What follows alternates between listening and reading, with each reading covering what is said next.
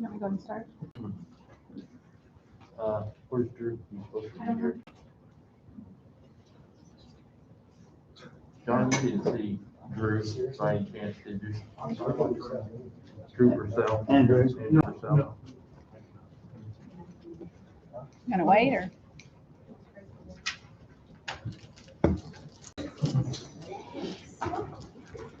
Let me send more quick tab pictures.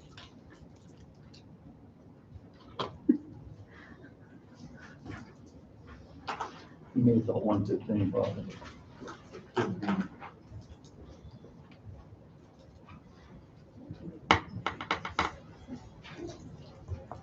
Jeffro.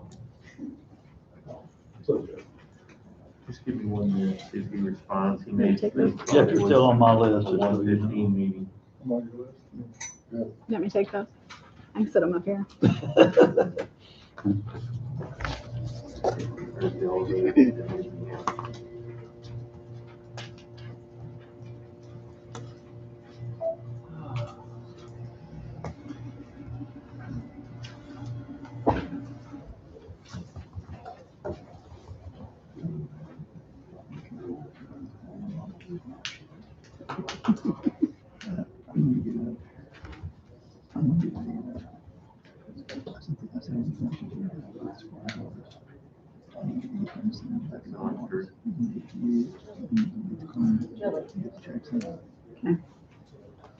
I'm not sure We need to have, like a W-2 from them too. I think it is a W-9. Yeah, because we have to have something like that to submit the check to, or get a claim for them.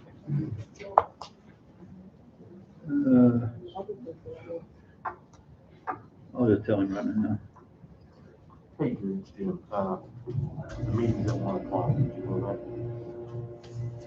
That's what I thought. Okay, we'll wait.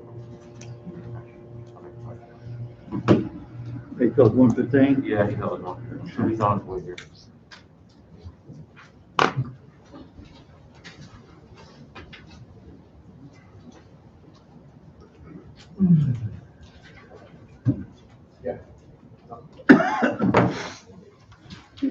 I just asked him. It's a W-9. Yeah, I just Yeah. said it.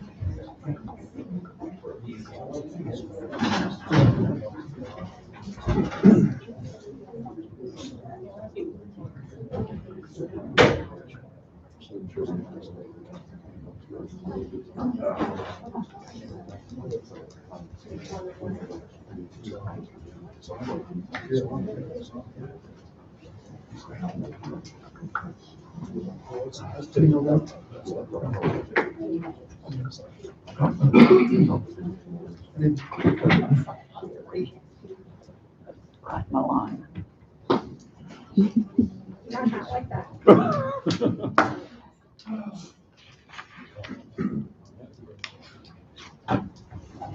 They'll be here in a second. Yeah. Have a lawsuit. You would.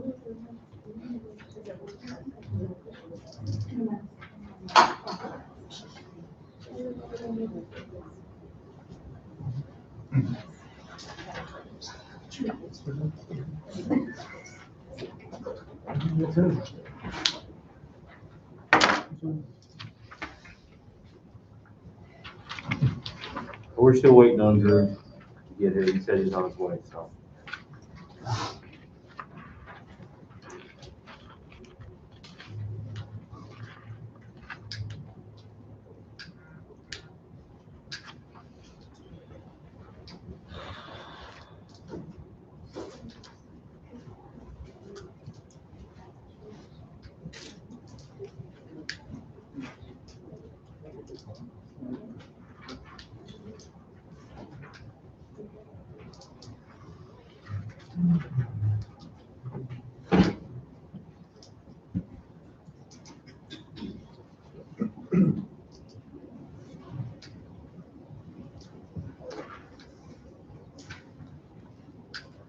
Where'd he say he was?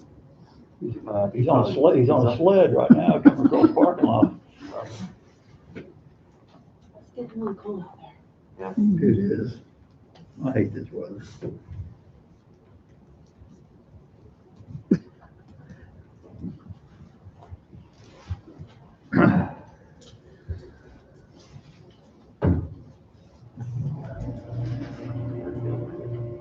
Hopefully that's it.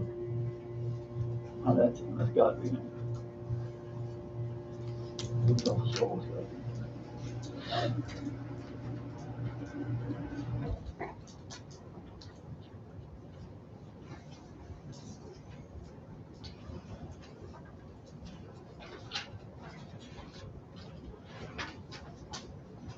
There he is. All right.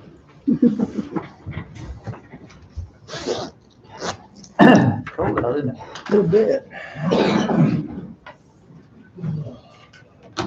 Okay, I'd like to welcome everybody to the Board of Commissioners meeting, January the 6th at 1:05 PM. Roll call, please. Jim Marlowe. Present. Burton Gentry. Present. Tim Atkinson. First off, I just want to thank every office holder or representative for being here. I greatly appreciate you taking a little bit of your time to be here so that we can discuss this policy. At this time, honestly, I'm just going to. At this time, I'm going to defer to Rhett Barkey. You'll be able to hear him. Good afternoon, everyone. So I know a lot of people are asking questions about this policy that's being proposed and where it came from, why it's now being looked at, et cetera.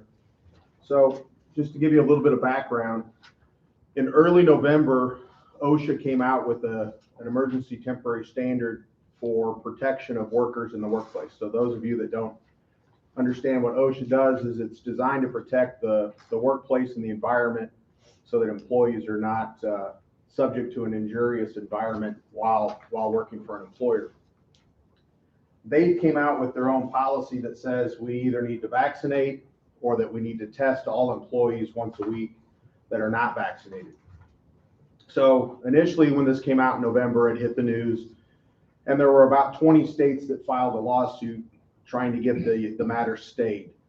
The Fifth Circuit down in Louisiana issued a stay on the enforcement of this provision, and all was good. Everybody then just kind of ignored it for a little bit.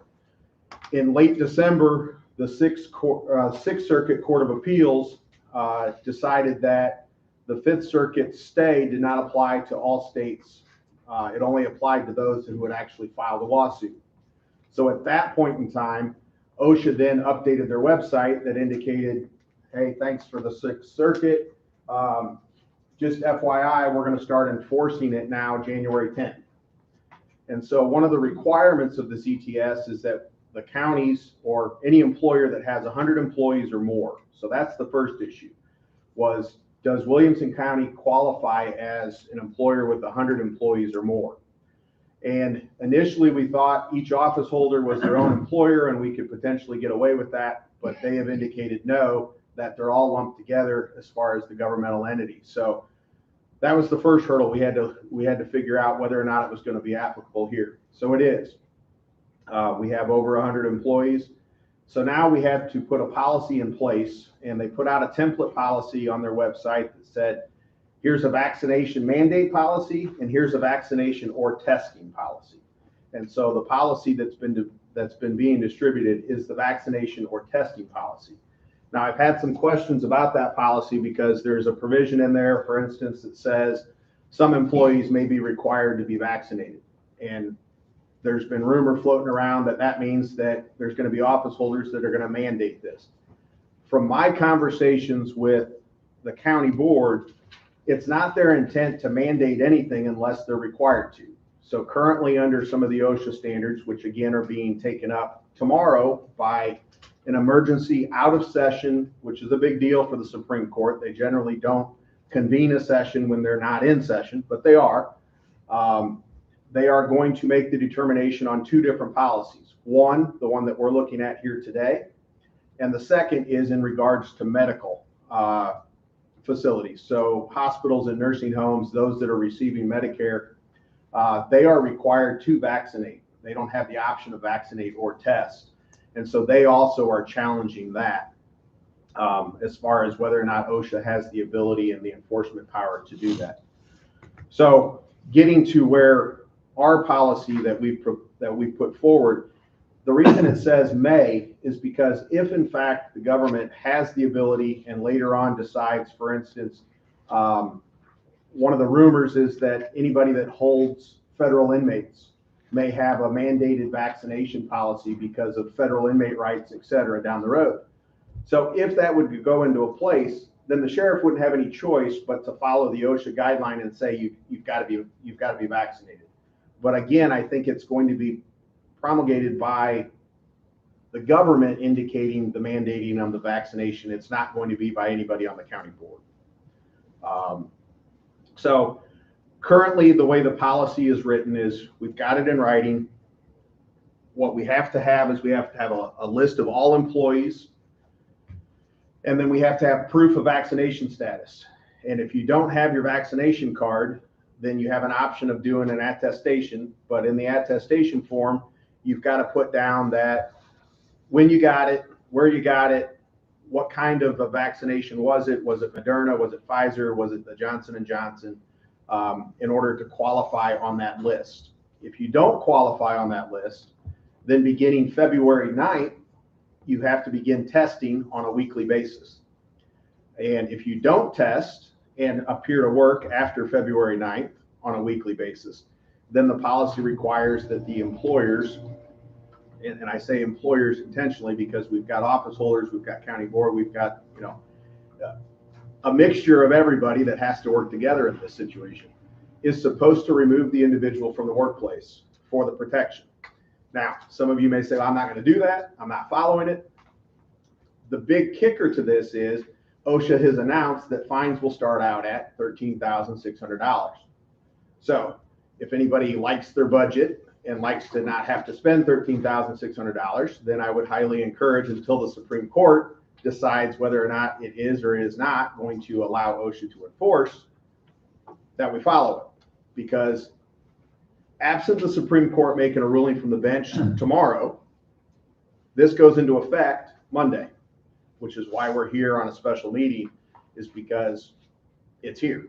And OSHA on their website specifically has indicated they've been lenient on this, even though it's been in place since November, but that they are in fact going to start and begin enforcements on the 10th. So what's enforcement look like? So there's a local OSHA officer, and then there's the Springfield office. So Illinois is a state OSHA plan. But what the state OSHA plan essentially says, if you go to the state's website to look to see what their OSHA plan is, it says we follow the federal OSHA plan. So it is just a mirrored image of that.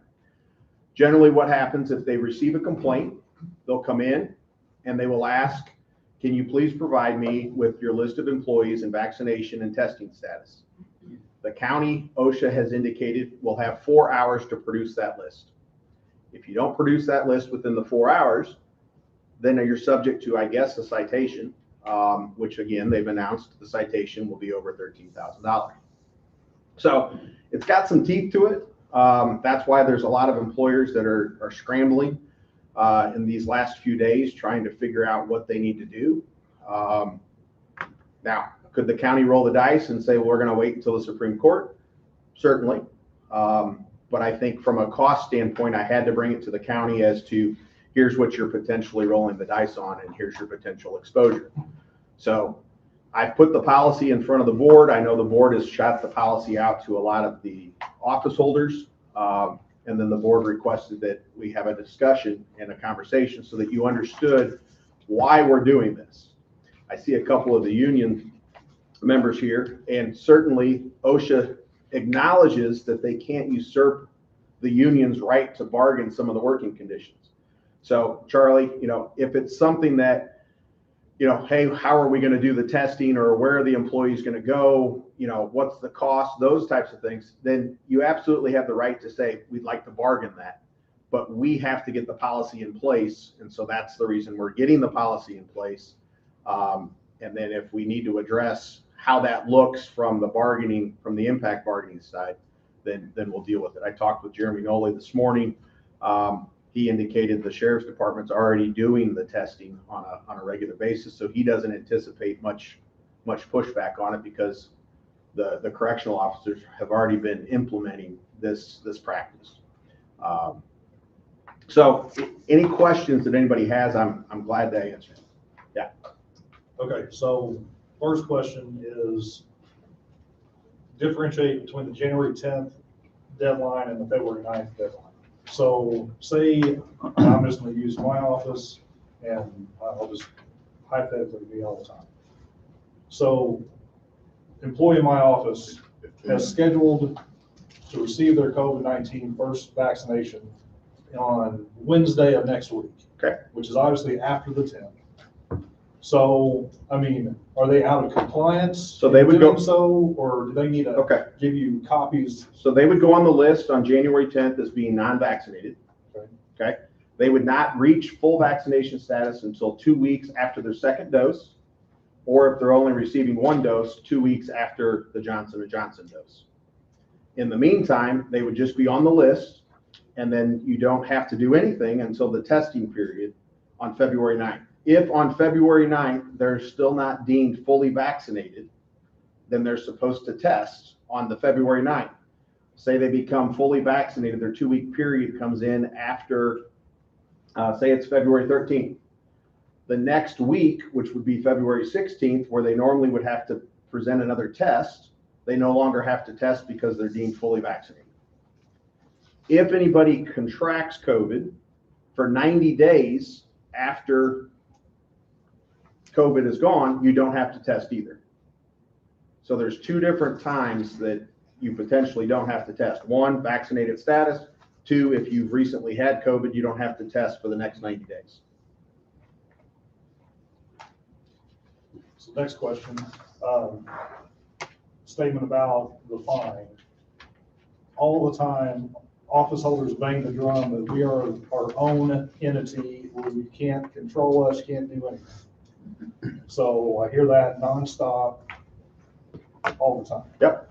So the fine itself, is the fine going to be assessed to the assessor's office or to the treasurer's office, or is it going to be assessed to the county? So the fine will have the violation associated with it. Okay. So if, for instance, they look at the treasurer's office and says, where's the list of the employees from the treasurer's office of vaccinated status or not? And we say, well, Ashley said he's not doing it. The fine is going to be associated with failed to give the list. That would go then associated with you. Now, if there were multiple office holders that didn't have the list, and there was one fine that said failure to maintain the list, then that fine would be divided amongst whatever that fine ends up being would be divided amongst all of those that did not comply with the list. Does that make sense? Yeah, so the fine's probably going to be paid within 30 or 90 days, I'm assuming. Oftentimes, OSHA will come in and kind of slap your hand and say, hey, why didn't you do this? Tell me why. You realize you can be subject to this fine. So there's OSHA reporting requirements on a daily, on a weekly, on a monthly basis for the county currently. A lot of you don't even realize that exists, but they do. I think Travis probably is the only one that really deals with OSHA more than anything, just because of the nature of the work environment. But all of the workplaces. So for instance, at Johnny Logan, When we had the fire incident, we had 2 employees caught in the elevator. That was an OSHA reportable event that you had to report within 24 hours that there was a hospitalization due to a work-related accident or work-related event.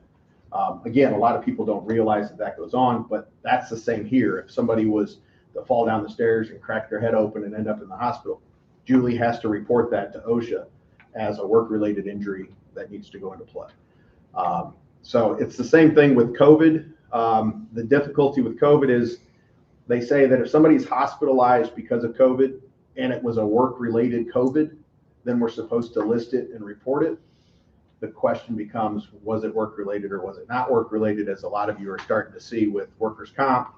Workers' comp is denying virtually all claims that COVID was work-related or was received at work. So that's another hurdle we're going to have to figure out. But as with any new regulation or law, there's going to be questions that we're going to have to feel our way through. So the statement was made about losing, whatever, 13,000, say I'm the only one, it's my fault, $13,000 to losing out of your budget. I mean, how are you going to force the office to pay that? Well, I think what's going to happen with it is the county board, it's the same question that you always have as to when you get a budget and towards the end of the year, you're starting to run out of your monies and you still submit requisition requests for them to pay. Can the county board say we're not going to authorize payment of that? I think the county board can say we're not going to authorize payment of that. Then I think the office holders have the ability to potentially go to court and say, you're not properly funding my office, this isn't necessary. And then that's the big battle that goes back and forth. So that's why I said all office holders have to work in conjunction with this. This isn't the county board's desire to have this policy in place. This is purely OSHA. And you know, their hands are tied much like the office holders' hands are tied. Okay. Next question. You made the statement that the sheriff's office was already conducting COVID testing. Who's paying for that right now? I have no idea. Is this coming out of your budget? Or where's it coming from? The nurse is doing it, all the testing and stuff downstairs in the jail. They're taking the test over to Carbondale because they do it for free. So basically, it's not costing us a whole lot. And that's because the nurse voluntarily does this. So his nurse must have a CLIA waiver, which is necessary in order to process it. And then she takes the samplings over to Carbondale, is what you're saying? I didn't hear you right, I'm sorry. Your nurse has a CLIA waiver in order to be able to administer the test, and then she takes that over and they run the results for it. You know, they do it for free. We were paying Marion Hospital out here, I think was it $19 a test? Before it was repriced, yeah, it was anywhere between $16 and $19 a test that we were being charged to be. Then they wanted to bump it up to over 100, wasn't it? Originally, when they come to us, they're $300, and then we send them on for repricing, and then that's when it gets bumped down to either, like I said, between $16 and $19. We had to pay for it to be read. We paid that until we found out that we could get it done for free. Right. And then we switched, and we started taking things to Carbondale instead. So I think one of the questions is going to be how many people are we looking at potentially testing? And then is there anybody that you can work in conjunction with to help minimize that cost? So for instance, the college, Johnny Logan College, is doing shield testing, which is out of U of I. They are testing on Mondays and Tuesdays over there. And they're not being charged anything by shield. Now they've got employees out there doing it in different things. So there's some cost to the college of doing it.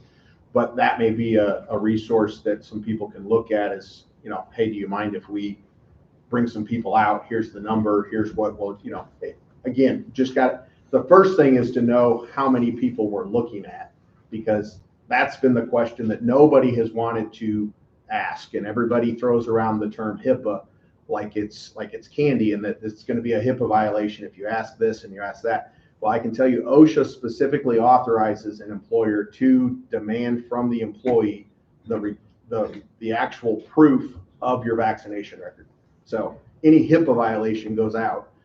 Now that information is to be stored in their human resources file or their personnel file, and not to be disclosed with the exception of OSHA, et cetera. But it does give the authorization now to obtain that information. So Red, that was one of my questions. The office holder or the department head is to collect that information and give that to human resources? Correct. We've So got to what's the have a master. responsibility that's going to be on the department head or office holder? My recommendation would be that you guys have a master list, as opposed to the office holders having individual lists. So we need to be perfectly clear on that they're going to collect that information and bring it to this office. Yeah. Well, I mean, whatever you guys direct, I guess, and Right. ask them to do. Sure. The expense we run into in the jail with the testing, we have the nurse on shift during the day shift and part of the second shift. But the ones that aren't off those days and the ones working different shifts, we have to pay them 2 hours overtime to get tested somewhere else. And that's the impact bargaining with the union that I think you would talk about and say, look, here's what we're going to do, or here's what we need to do, and see if there's a compromise that can be reached between the union and the employees rather than. Now, you guys have been doing it, so I didn't know that you guys were doing it, but Yeah, I mean, doesn't that set a precedent for everybody? no, You know, It doesn't? certainly not. No, he's asked me. Charlie's 773. Last I looked in Williamson County, unlike some other counties, there's no Me Too clause that says if this union's doing it, then by golly, we get to do it as well. Well, I understand, but if other offices are using, budgeted monies to pay for this, why can't my office do that? I didn't say your office couldn't do that. Okay? I just said that it's not a automatic of, well, it's not fair, I get what they get. Right, I understand, but I'm saying So- that, but in looking at it, if a current office is already using budgeted funds or their allotment of budgeted funds within the county budget for this, then every office should have the right to do the same. In essence, if they have the money available. Going back to your first statement, your budget's your budget. Right.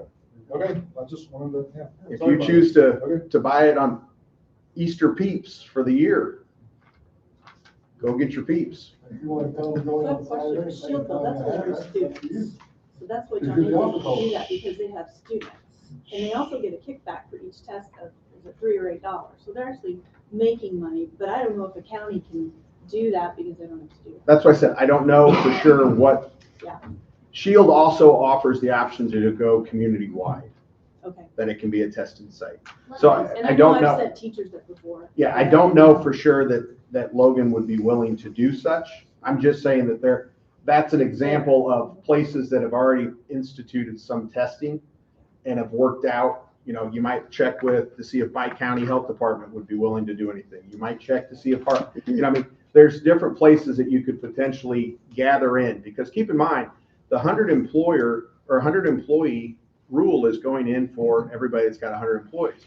So there's going to be some municipalities, some other counties, et cetera, that if you work together, you might be able to minimize the cost of a centralized testing site. It's just going to require some conversations. Let me also just say something. When we were talking earlier about the money that we're having to spend in order for the test to be read, that is for inmates. We have not had to pay a bill for our personnel to have those tests read because our nurse gets their insurance information and sends it all through, and it's all billed through insurance. Just so you guys are aware of that. But didn't you just say that you get 32 hours overtime for that? That does happen. There's- That's the cost. there's some employer We wage have costs. not had to pay for our employees' tests. Because I guess Our what test do you guys do? It's, go I weekly? mean, you guys know exactly what You know, tests I've seen some insurance policies that have issued a, Swaps. We do the swabs, we do the antigen. So it's just a 15-minute, staff does it by themselves and report it, and then I report it out to REDCap. And that was actually gonna be one of the things I asked is, with the testing that they're gonna require, is it gonna be the PCR, rapid, or is it? The So insurance says the NAT test. their rule is that you can't self-administer. So you can go to Walgreens and buy your test, take it home, but you've got to get a medical professional, or the employer has to witness the test result. So you can't have the employee go home and say, I was negative, take a picture of it and send it to you, because that will happen every week and you'll find that it's the same picture. So that is the one kicker to that is it does need to be either proctored or witnessed by the employer. Now, I had the question about what are insurance companies doing. I have seen 2 insurance companies issue statements beginning January 1 that they were not going to cover weekly testing. I've not seen anything from your insurance carrier at this point in time, but the reason why some of those insurance companies were doing that is because the facilities, because they've done so many free tests, the facilities have turned around and started charging those that actually will pay something a pretty large amount. And so when you talk about $300 for a COVID test, that's what the insurance company is getting charged. And so the insurance company said, you know what, if you're choosing not to get vaccinated or having to do a test for your employer, we're not going to pay it. Now, if it's, hey, I think I was exposed and it's not a requirement of my job, then I think they would pay it. But if it's a regular test every week, the insurance company is going to say no pretty quick. And one of the things we've been having to follow with our weeklies in the jail is due to the congregate settings with IDPH. Will this trump that whenever you say if you're vaccinated, you don't have to submit the weekly testing, or do we still have to follow the congregate settings? Well, so the state plan can do more stringent, but can't do less stringent than the federal plan. So I don't know where that plays in conjunction with what the governor's order has issued versus the OSHA order. We'd have to look at that and see whether or not there's a change in that. Judge? Yeah, but I think it's kind of been answered. I take it that there's no county-wide overall testing procedure in place. You're leaving that up to each department, how the testing is accomplished, as opposed to having a certain day a week, nurses here on site to test the employees. I'm not hearing it, and I didn't see it, so it's not. I think it's a conversation the board needs to potentially entertain to help alleviate some confusion and maybe streamline the process a little bit. And maybe further. save some costs. Yeah, absolutely. That would create. But again, this kind of all has developed here in the past week because of. I want them to answer right now. I don't No. have much time to deal with this, John. Imagine that. John, I think the problem is there's not many tests out there. Okay, for instance, I had a call yesterday, truck 2 different nursing homes needing tests. They're not out there. It's getting less and less. And I'm on Bike County Health Board, I can tell you, they're not out there. So that's what's going on. Oh, yeah, it's getting less and Yeah. less, it sounds Until like. we start getting more testing.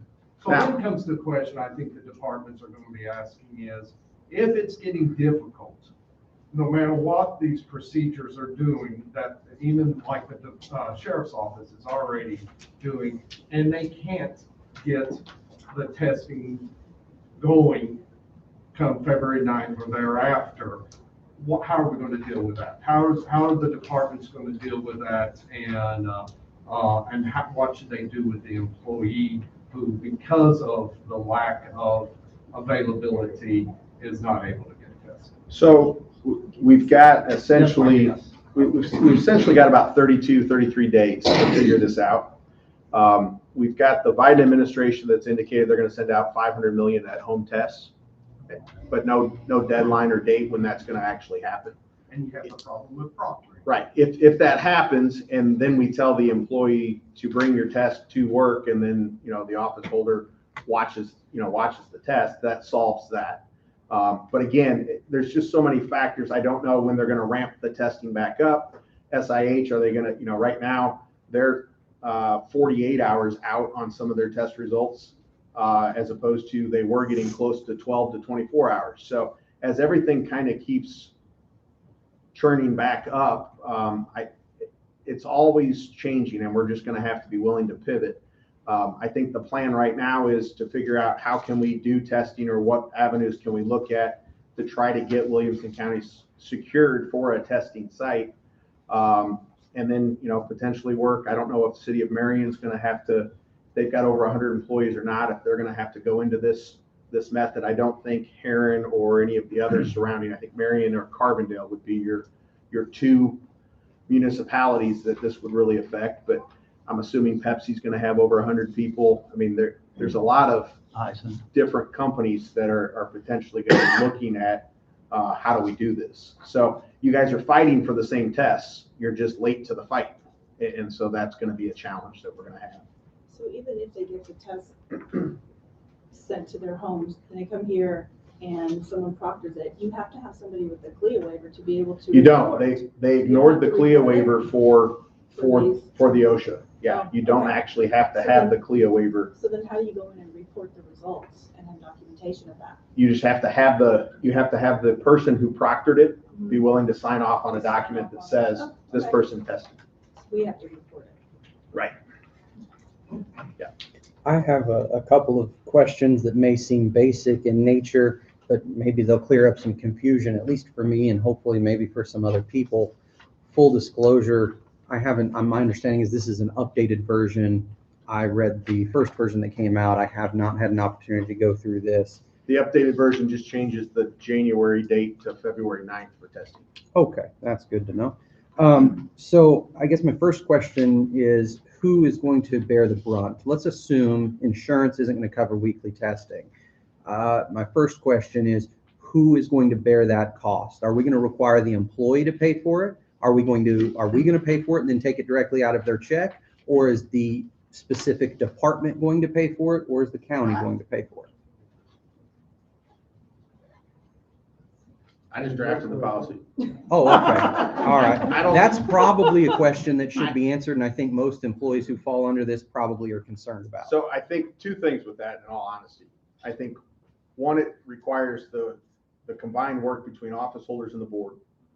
And then we also have to mix in the union as to what the union is demanding. Sure. So some employers, some counties have indicated it's a term and condition of their employment, Mhm. much like a driver's license or a CDL or anything else. And if you're not vaccinated and you haven't provided your test, you don't get to work, just the same as if you no longer have your driver's license or your CDL. There are some unions that have said, well, no, that's not going to work for us, and we want to bargain that. So some of this conversation needs to happen in the presence of the union as to what their stance and expectation is, because not every union is on the same page either. AFSCME has been dealing with the state and the Department of Corrections.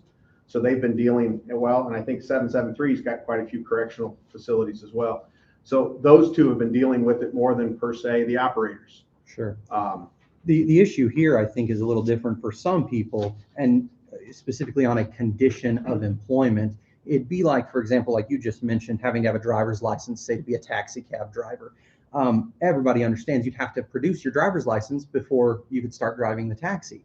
This is a case where the person's been driving the taxi for, well, in some case 20 years, and now all of a sudden we're requiring the driver's license. And I understand it's not us requiring it, it's OSHA, but I think there's an important distinction to be made there. But it's the same distinction that was made when IDOT decided to change the weight requirements on a CDL license.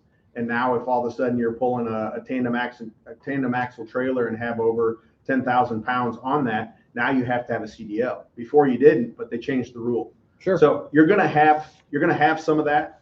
And again, I think it comes back to the board and the office holders need to have a conversation, which is why we're having this meeting, as opposed to the board just passing a policy and saying, here, eat this. Well, potentially that's going to happen, because my understanding is the vote's going to happen today, immediately after this meeting, regardless.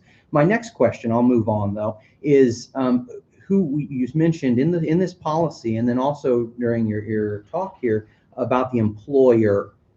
We need to be specific, and you know the answer to this, I just don't. Who is the employer? We talked about this the other day. For example, I'm an assistant state's attorney. Am I an employee of the state, Williamson County State's Attorney, or am I an employee of Williamson County?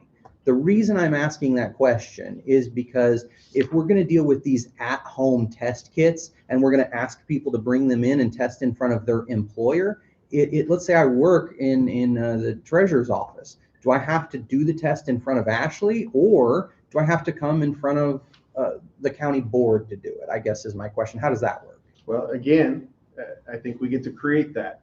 So we can say that all the office holders can say we're going to have, I don't know, Julie monitor it. You can create it however the office holder and the county board. So the question becomes who the employer is, and that's the difficulty. Because as Ashley said, normally you would say the office holder is their own employer. But Charlie knows that we've had some cases in the labor field to where they call this a joint employer. So when you get into a joint employer relationship, I would say both of them are the employers. Sure. Okay. Yes, Judge? On that kind of the employer, let's go to who are the employees. Over in the courthouse, there are people who are there who are not paid through the county and probably are not employees, such as. The judiciary is a difficult one, and I'm assuming that the judiciary is also looking at this because they would exceed the 100 employee if you looked at all of the circuits throughout We make it state. and include probation, et cetera. I'm assuming you would fall under the same provisions of this. I don't know. I've not talked to any judges to see if AOIC is issued, hey, we've got to get a policy in place, or Well, if they've I don't surveyed know you if guys. there's, Groups who rent here at this building or not. We have a group that rents over or provided space. Right. Or is this a building policy or strictly for employees of Wages? It's an employer-employee policy. They're all shut. Yeah, it's not a building policy. Like the community college, it's a building policy. And I didn't read where the county is trying to enact this. Yeah. Or anybody coming into any of the county Yeah, buildings. it defies a little bit of the safety precaution if you're having buildings that have other people co-joined as far as the spread goes. But again, all I can do is look at what the Sure. ETS is and say this is how it's applied at this point in time. So to follow up or piggyback on that, what about a grant employee in an office? Who in the past, when we've been talking about things, we've said they're not a Williamson County employee, because their salary, I guess, is paid through some form of grant. Well, I think the funding source is different than whether or not they're subject to discipline and termination by somebody in the county. Sure. So is that the definition? Because I was like, what about temporary employees or? Yeah, I think if you exercise control, you're an employer. That's essentially, a grant employee, I think, has the ability to file a workers' comp. So it's not so much who's paying or where the funds are coming from. It's whether or not you exercise control over that position. Okay, so to kind of piggyback on Judge Sanders' question, we have specific employees that are not county employees, they're state employees. I didn't hear a definite answer on that. So does that then, this county policy, would that then not necessarily apply to our state employees? I think there's a potential argument that that the county is not the employer of those state employees, that the state is. And so then the state's policy would have to be in compliance with that. So they're on our payroll when they're an employee. Essentially. Well, okay. I think so. I think so. Contracted or not. They get a W-2, they get a 1099, because it's Well, also no, hold on, affecting, because that's different. it's also because affecting 1099 contractors though, but there's also a little arm that goes out and it's touching off onto federal contractors as well. So there's a lot more involved with this fantastic ETS than what anybody wants to know. So, well, I'm gonna say, but I guess. It wouldn't apply, 1099. so I would get a 1099. Right. It wouldn't apply to me. But what if you have let's use the judicial side. You have a contract attorney that acts as a public defender or a prosecutor, whomever, that is paid through the county. So, I mean, like we pay individual X $3,000 per month per that 12-month contract. Are they considered to be an employee, and are they required, because we don't pay them for payroll, they're paid through a trust account. I understand. So- And that's what becomes, it's a blurred line from the judiciary standpoint, because from an IRS reg standpoint, a 1099, the county can't exercise any control, can't tell them when they need to be there. All they can say is, here's the job that we want done and you need to get it done. In the judiciary, with the appointments of public defenders, et cetera, there is certainly a degree of control that is exercised in the sense of, you've got court on this day, I need you here at this, I need you here at that. So it kind of conflicts with the standard IRS, but nobody's ever taken it to that or challenged it or anything that I'm aware of. So I think you would, I think you would still attempt to exercise that as part of the employee element for those specific regular 1099 employees. I'm just wanting to make sure, because I I know, know my it's- office is gonna get asked to give a I get it. payroll list It and is- whatever else of everybody that's there. And I want It to make is- sure that we are giving the. It is a gray area, but I would say that if you've got a public defender that is required to be in the courthouse 4 days a week, you know, something along those lines, that we should probably look at them as being an employee from a listing standpoint. Hopefully, a lot of people are vaccinated and it's not gonna matter, but we just don't know yet. Because if you're vaccinated, testing goes out, masking goes out. I mean, there's a lot of things that go out. And let's face it, that's kind of the push of this whole thing, I believe, is an encouragement to not have to deal with all the others. My other question kind of focused on that. We've been talking about the vaccination. The front page, clearly, we call it vaccination testing and face covering policy. For the longest time, each building has kind of operated on its own. I know the commissioners have set a rule on face masks for this building. I know that the judiciary has set one for the courthouse, obviously, and potentially the jail. But there's never been a county policy, at least that I'm aware of, specifically regarding face coverings or masks. In this policy that you created, it alludes to it multiple times, specifically on page 2 and on page 5. And both times it says that if you are not a vaccinated person, you have to wear the face covering. Yeah. Are you implying in here, or can it be discerned that if you are vaccinated, you now do not have to wear a face covering? So there's also the caveat that's listed that talks about these are subject to change with CD guidance and recommendation contained within the policy as well. OSHA's initial draft of this policy, which is the template that was utilized to put this into play, this was not the county's decision to issue a mask mandate. This is the ETS that got issued by OSHA. And so the ETS covers vaccinations and covers mask coverings. So that, and then covers the testing. So my understanding of what the policy itself says is that if you're vaccinated, then you don't necessarily have to wear a mask. If you're unvaccinated, you have to wear a mask and you have to test when you're around people. That it says. If the sheriff wants to say, we're going to wear a mask on this time, whether you're vaccinated or not, I think the sheriff has the ability to take his own policy or his own directive and say, this is what we're going to do. I think the minimum standard is what is in the policy, which is if you're unvaccinated, you have to test and you have to wear a mask when you're around other people. I think that is the protection that OSHA is putting out, because if somebody doesn't do it, for instance, how these complaints come about is an employee picks up the phone and says, I know for a fact in Ashley's office, we've got 2 people that are unvaccinated and they refuse to wear a mask and he refuses to do anything.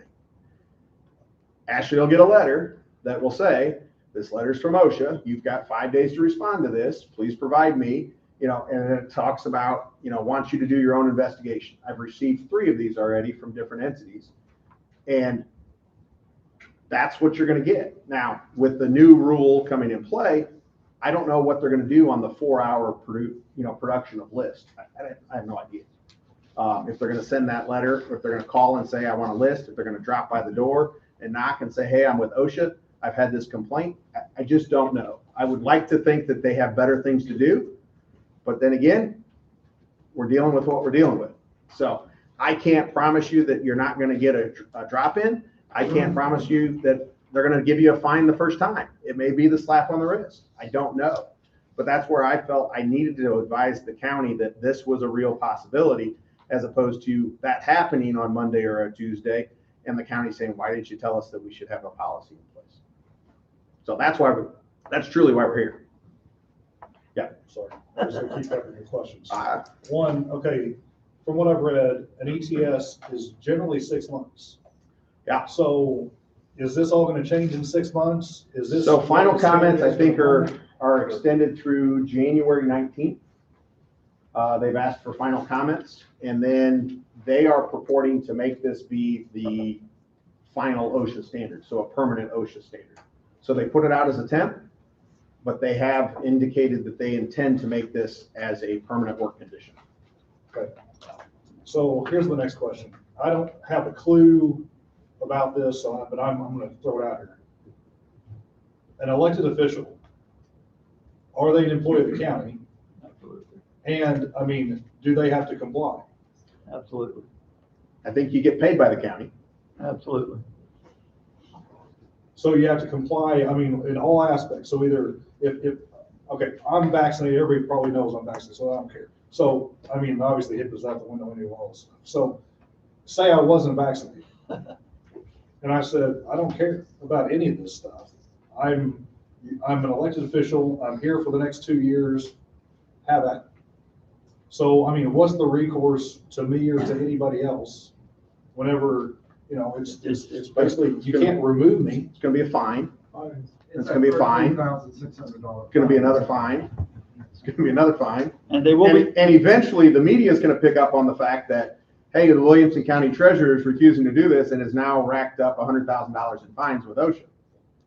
I mean, that's essentially what you're going to have there. And potentially you have an employee complaint and an employee lawsuit that you are intentionally harming them. So there's a lot of different things that can kind of come into play. I just prefer not to go down those roads. Yeah. Those plexiglass windows they got hanging down between your office, like the treasurer, the county clerk, does that count for a mask or a shield? So it doesn't count as a mask or a shield, but I think you could indicate that it may be isolating you in a separate room so that you didn't have to, quote unquote, be around other people. Again, there's a lot of gray area. It's an arguable point that I think if OSHA came in, you could make a good faith argument that, hey, we thought this was deemed a separate room, and OSHA may come out with the directive that says it's got to be floor to ceiling in order for it to be considered a separate room. I just don't know. I really don't know. Well, I don't have one answer question. Yeah. No one knows the answer. Now, The last couple of days have been a little rough. if I send somebody home because they haven't been tested because they can't get a test, is that with pay or without? Without pay. Without pay. Well, that opens up a whole other can of worms. So Now, I mean, it's without pay in the sense of you don't pay them, but they can take time.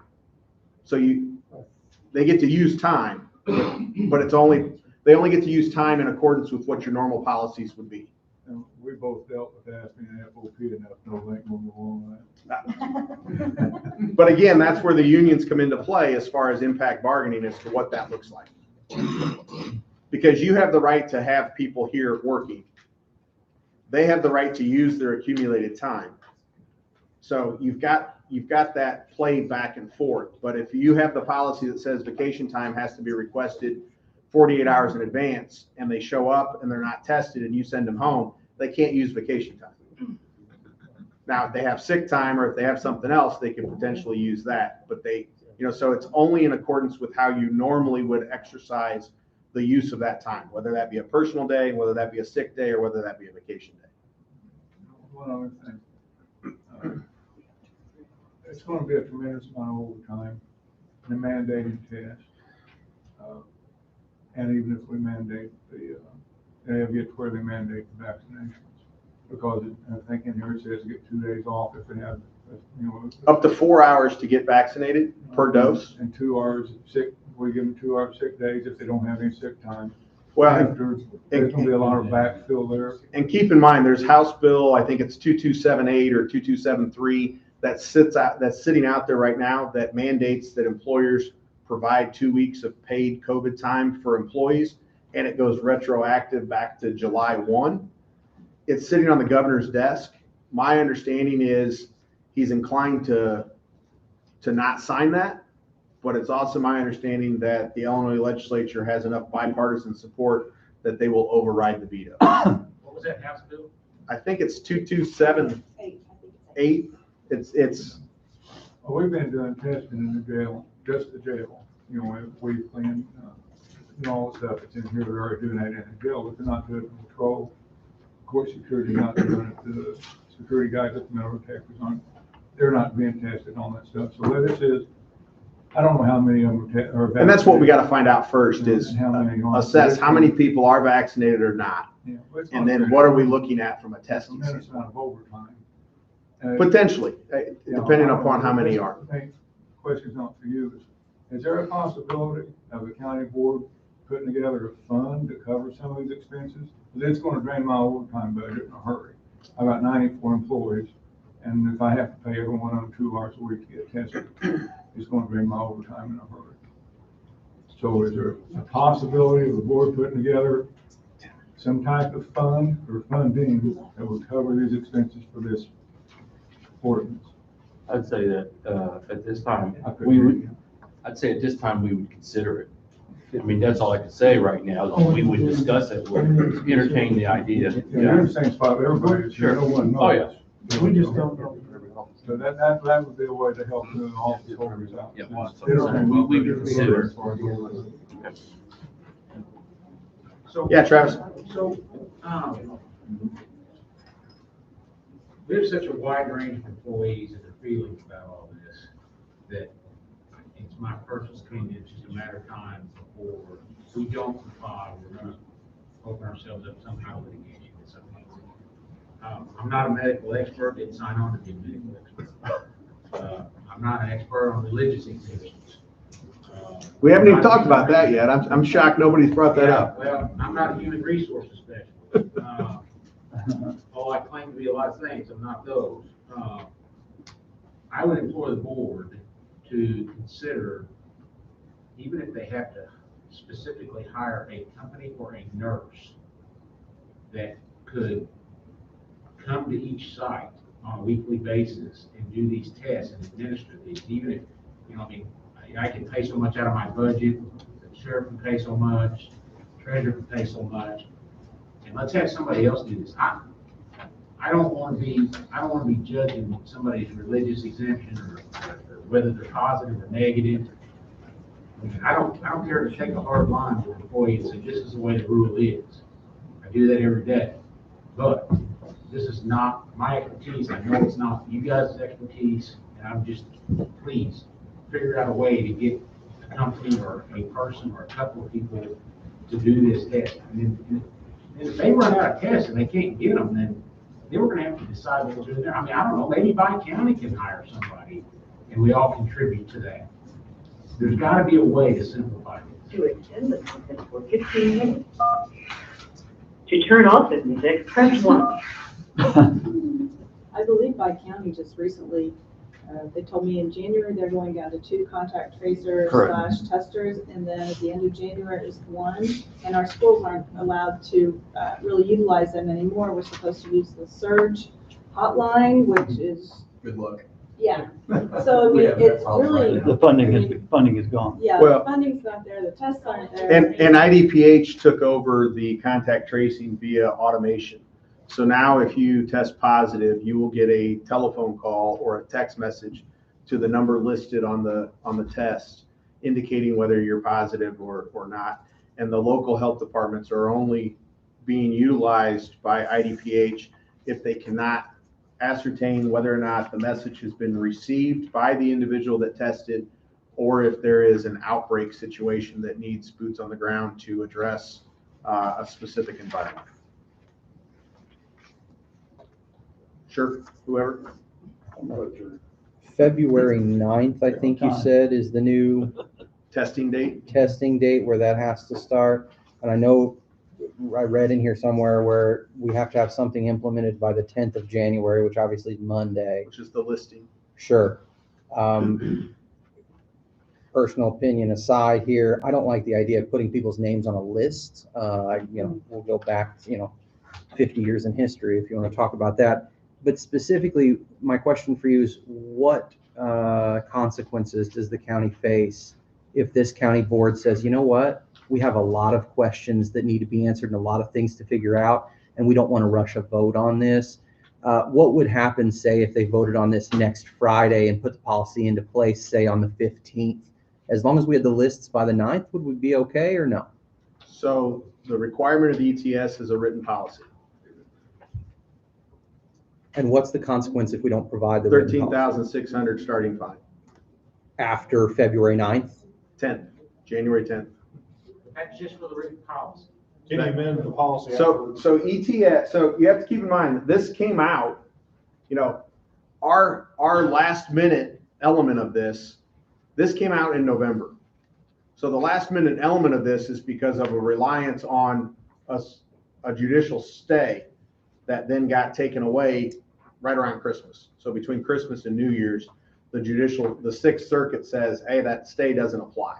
Now, we can dispute and say, well, I don't think the Sixth Circuit's right, but in the hierarchy of courts, we don't get to do that. So that's the reason now the Supreme Court has said, hey, we're going to go ahead and call a special session outside of session, and we're going to have this hearing on Friday. Now, nobody knows whether or not they'll rule from the bench, but I think historically, the Supreme Court doesn't make a ruling from the bench. So that's why we're here today, trying to figure out what to do on the 10th, because according to the OSHA site, it starts off with saying, OSHA has gratified the U.S. Court of Appeals for the Sixth Circuit, dissolved the Fifth Circuit stay of the vaccination and testing emergency temporary standard. OSHA can now once again implement this vital workplace health standard, which will protect the health of workers by mitigating the spread of unprecedented virus in the workplace. To account for any uncertainty created by the stay, OSHA is exercising enforcement discretion with respect to the compliance dates of the ETS. To provide employers with sufficient time to come into compliance, OSHA will not issue citations for noncompliance with any requirements of the ETS before January 10th, and will not issue citations for noncompliance with the standards testing requirements before February 9th, so long as the employer is exercising reasonable good faith efforts to come into compliance with the standard. OSHA will work closely with the regulated community to provide compliance assistance. So that's what they've issued out to everybody, saying, So is it we're your, going to stay this until January 10th. And then, so it's your belief that if we want to take some time to answer some questions and get some things figured out, and we vote on it 3 days after the deadline, that we're not taking a good faith effort? I don't think the good faith effort applies after January 10th. I think it's prior to the January 10th. And you're the labor attorney for the county. It is your opinion, and you're advising the county board that a policy that's questionable is better than no policy in this case. I'm advising the county board it's not my $13,600 checkbook that's on the line. You wrote the policy. I did. And you believe that the county board should implement this policy even with the questions that have been raised today? I do. Okay. I have a question. Sure. So this policy is for compensated employees only, correct? Is there another type of employee? Absolutely there is. Okay. I have several non-compensated employees. I know Amanda has several that come in her office on a daily basis. I know the sheriff's office has non-compensated employees. If I have a disaster in the county, we have a surge of volunteers that come in. We have Mavis, we have Ileus that comes in, that helps, EMS comes in and helps. Would they be able to file a workers' comp claim? Absolutely. Then I think they're employees under the policy. So how would you handle I think they're employees under the policy. If we direct them, whether they're compensated or not, they're employees.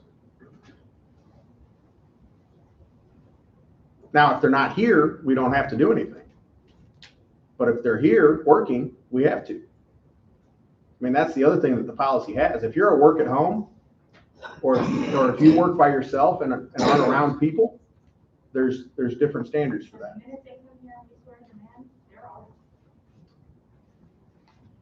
So I read in there somewhere, I can't find it now, but where anyone that has face-to-face contact with people has to be vaccinated. it says may. May? Okay. And that is because, for instance, SIH put out a vaccination policy in compliance with their ETS that says in the healthcare field, they have to be vaccinated. So the policy is written that if it switches over to the OSHA decides we're going to, that was my example early on, Sheriff, was that if OSHA decides, hey, anybody that's got federal inmates has to be vaccinated, you have the ability under the current policy to go to those employees and say, now you have to be vaccinated. So that's the reason the policy is written in the May. In the event that would happen, what happens to the employees that medically cannot receive the vaccination? So that's the one thing that I mentioned earlier, nobody's brought up, which I'm surprised, because it's usually one of my first questions. So there is a religious belief and medical exception. There's some grayness to that as to what exactly that means. When you get into beliefs and law, it's very difficult to regulate and to pin an answer down. So I think, again, it becomes a good faith issue as to whether or not somebody has a good faith belief that, hey, religiously, I can't take the vaccination. And who makes the determination that if someone is religious enough to be exempt? So that goes back to, again, the question of, we've got the county board and the office holder as to what that looks like. The other issue that's, just to be frank with you, that's coming up with it is, there is also a current Illinois law that affects testing as well. So it's not only a religious belief for vaccination, it's also a religious belief for testing elements as well. And so that contradicts with this OSHA law. And so then you get back into the whole judiciary of, you've got federal versus state, which trumps, and federal trumps state. And so there's a whole lot of mess going on. Now, the Illinois legislature has modified that statute, but it doesn't go into effect until June 1st. So that statute was originally put in place for the morning after pill and pharmacists that were refusing to abide and provide that. That's what that bill initially was designed for. It was drafted in such a generalized term that people have been able to take that and apply it and say, hey, it doesn't say that it was this, even though all the legislative history and everything else indicates that's what it was for. So they've kind of tagged on to that, and there's been some lawsuits filed on behalf of that. But again, nobody's made a decision on any of those cases. So all I can say is that there's been a lawsuit filed. It would go into another good faith effort that we would have to argue with OSHA that, look, we took the list. These people aren't getting tested but they are masking. So we can do the masking absent a medical that says, hey, they've got breathing issues and so they can't have a mask. But then now the other mask for that ends up being the plastic mask, so it's not across your face. And I mean, so everything that somebody's thrown a hurdle at, they've done a reroute, and that's what happens when you have a 2-year pandemic. So who grants the medical and the religious exemptions then? So I think it's kind of a combination between the office holder and the county board have to work in conjunction as to what that looks like. The policy says human resources. Hey, Julie, there you go. Well, that's what I'm saying. I guess, say I'm, a staunch, everybody should be vaccinated. Travis is just the opposite. I get a medical letter from a doctor that says they have slight breathing problems. Well, if I'm all for it, then I say that's not good enough. Travis, on the other hand, reads the same exact letter from the same doctor and grants an exemption to his employees. I don't mind. Then are we opening ourselves up for, a lawsuit for that because he made his decision, but we're all under the same FEIN number and umbrella? You'd prefer to have everybody on the same page, but you have that goes on a regular basis now. Your office handles things different than Benny's office. Benny's office handles things different than Travis's office. You guys are not on the same page on, I would say, probably 75% of things. So why start now? But again, Because I think the ramifications for this are more serious. They are. We've dealt with. The fines are serious. Anybody that's been through an OSHA process will tell you it's not a pleasant experience. It just The isn't. last thing I want is OSHA coming after our show.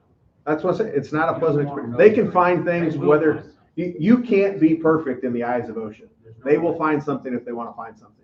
And so that's the biggest thing, is that we need to do the easy things, and the hard things we'll have to make arguments on. 13,000 is a big number, but that's not the biggest thing. Well, that's just starting. Yeah, that's not the biggest thing. It's having OSHA come out there and stay there. The next thing is, when these people start getting shots and they start getting sick. I mean, there are cases where people get sick from this stuff, and you're talking workers' comp. All this stuff can get very expensive. If we don't have one group making a decision, I I think we're gonna get in trouble. That's my view. So I think somebody mentioned that the policy says it's HR. It's a draft. So if somebody wants to take that role on, by all means. I had to put something in it. I could put Jim, I could put Tim, I could put Brent, I could put Drew. I mean, it's whatever anybody decides, but whether it wants to be an independence of, by golly, I'm an office holder, I get to make my own decision, or you're going to defer that to let somebody else make the tough decision. I don't know. That's, again, the reason we brought you all today together to have open conversations so that you guys can assist the board in developing a policy that everybody feels comfortable in living with.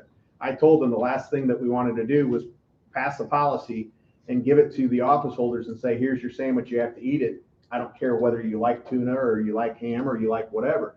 You've got to give some input and involvement from the office holders because you guys are affected by this as well, which is why we're here. So On that, kind of a nuts and bolts question for the board. Have you had the opportunity, I know it's a short time, but maybe a suggestion is, I'm sure there's some counties up north who've already kind of, was not waiting on the stay, have put in some place of the nuts and bolts, such as the testing or who's, if there's an individual, making the determinations of the exemption. Is the board looking at, I don't know, Jackson County maybe already has it in place. I don't know if they do or not. That would be kind of a suggestion to see some of the counties through your county associations, maybe inquire as to, on the nuts and bolts, how those who have already put some of this in place, not the policy, you guys are, but just the nuts and bolts of how's it working out would be a suggestion. And I would assume through the county association, you probably get some of those answers. Yeah, actually, it's through the association. I know there have been other counties asking the very same questions that everybody's asking here. What do we do? Who's doing what? There's not been any reply yet that I know of. Are you aware of any counties that I've already put in place? No, I'm not aware of any counties right now. Yeah, no. I think everybody's like we are. Matter of fact, I contacted a friend in another county and they were totally unaware of any of this. It's circled back out. Just got one. Just one. The Illinois Association of County Board Members sent an email blast out, I believe on Monday or Tuesday, indicating that this was here, that the Supreme Court, kind of did the same legislative update and highly encouraged all their member counties to pass policy. The Jackson County Health Department, we represent some groups there. And they had put in place a few months ago the vaccine policy. Sure. And the mask mandate. And actually, they don't even have a mask mandate, it's a vaccine. The employees went before the board that requested religious and medical exemptions, and the board was the determining factor for that. And what? The board was the determining factor. Charlie, I'm tempted to go along with that myself. I don't want that responsibility for this board, but I can see it's going to be an issue. I just see that. I see the office holders collecting the vaccination information, the exemptions, and bringing it to us. I really don't know how we can pass the buck on that. Which I believe they brought in a doctor, and there was other things, but all religious and medical exemptions were accepted. Yeah, like I said, the religious exemption is tough because as we all know and have witnessed, whether you're of faith or not faith, you've got people that are 50 years old that are born again, and you've got people that have grown up in a Catholic church from day one. And, so what's to say that I got a vaccine when I was 20, but now I found God at 40 and I don't think that God wants me to get the vaccine. So there's all those elements that come into play when you start dealing with religious belief and somebody else challenging whether or not it is. Now, I know SIH took a really, really hard stance on it and said if you had received any previous vaccine, you weren't getting the exception. But they also terminated about 700 employees over the course of 3 months. So I don't think the county wants or desires to have that turnover. So if, Yeah. I mean, we know the mandate's in place and the vaccination, gotta choose. So what if an employee chooses the vaccination route? Or do you guys have a paperwork that is exempting the county from workman's comp if they have serious adverse effects to the vaccine to where they can no longer work? So that's the beauty of this. It is a choice. The county has not instituted a mandate for the vaccine. The county has instituted a vaccine or test. And so therefore, liability standpoint wise, we did not force anyone to receive a vaccine. What if the individual says they can't financially afford to pay for the? Again, no liability from the county standpoint. Brett, I got a question. Yeah. I'm gonna stand up because I want to see everybody back here, but, I sat here and listened to all this today, and the board called this meeting, you know, to hear what you had to say. And like Brett said, we could have forced this, you know, sent it out, say, here it is. We got that thrown to us 2 days ago, right in our face, promotion. This is the way it's gonna be. None of us liked it, I can tell you. I personally experienced OSHA in some businesses. Luckily, we checked that okay. They're vicious. They don't care what you think, and they're out to make that dollar. And you never experienced OSHA, try them. But it's not a good experience. And I've been there and done that, and it's not good. I don't know how tough they'll be on this. I have no idea. What I do know is COVID doesn't care who we are, doesn't care what we believe. It's going to hit us. If it hits your family or one of you, we're all going to get a chance of getting it. Also, as a board member, I never thought I'm any more important than an employee here. Never. We're all on the same page. We're on the same team. As an office holder or elected official, we should be able to lead by example. That's the way I've always believed. And I'm no better than anybody.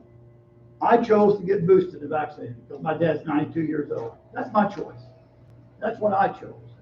It doesn't matter what you choose. But common sense goes a long way.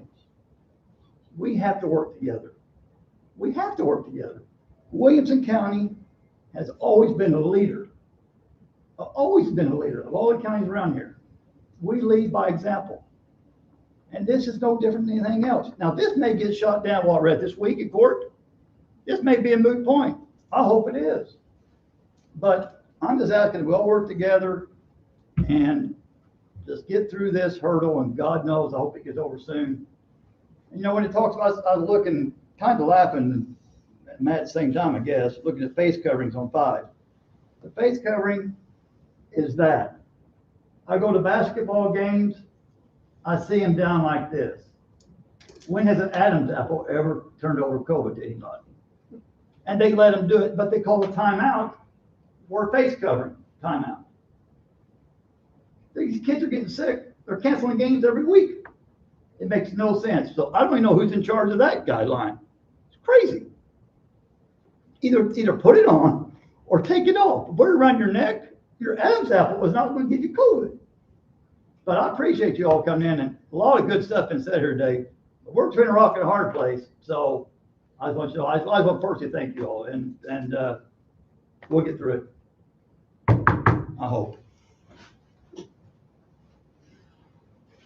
So if I understand it, right, basically what you're saying, your backs are against the wall, this has to be passed. It has to be. But you are open to discussion. Oh, yeah. This is, Absolutely. this is not a shut door. This is- No. We This don't has to like be a this working process. just as much as you guys. My budget, and that's all I care about, guys. Yeah. Yeah, back there. I don't have. Can it be modified, if it's passed today, can it be modified after January 10th? I believe so. I mean, any policy So can be nothing's modified. set in stone, even if it has to be passed. No, I mean, I think right now, the policy establishes the minimum standards required by the ETS. That's what OSHA has said, is there are plenty of places that had COVID policies, vaccination and masking policies already implemented. A lot of the counties down in Southern Illinois had not. quite honestly, because when it all started 2 years ago, we said, let's not do policy. Let's hope this is just the flash in the pan. If you remember, 2 years ago, this was going to be a 3-week event, and that, yes, the NCAA tournament was going to be canceled, but as soon as it got hot, this was going to go away, and that the states that were sunny and warm weren't ever going to have this problem. Well, if you look now, the 2 states that have the highest rates are Florida and Georgia. They're pretty sunny and warm right now. So I think there's been a lot of unknowns. I don't blame anybody specifically for that. I think it's just it's a disease that nobody has complete grasp or control of, that's had horrible results. So from a policy standpoint, this policy just meets the minimums. And so when OSHA said, if you have a policy, you don't have to change your policy. You just need to make sure that your policy meets the minimums that are here. And so part of it is in writing. Part of it is vaccination record. You have to actually have the record, as opposed to just a poll of your office that says who's vaccinated, who's not. So they want the physical record that says you are or you aren't vaccinated. And then the testing requirements.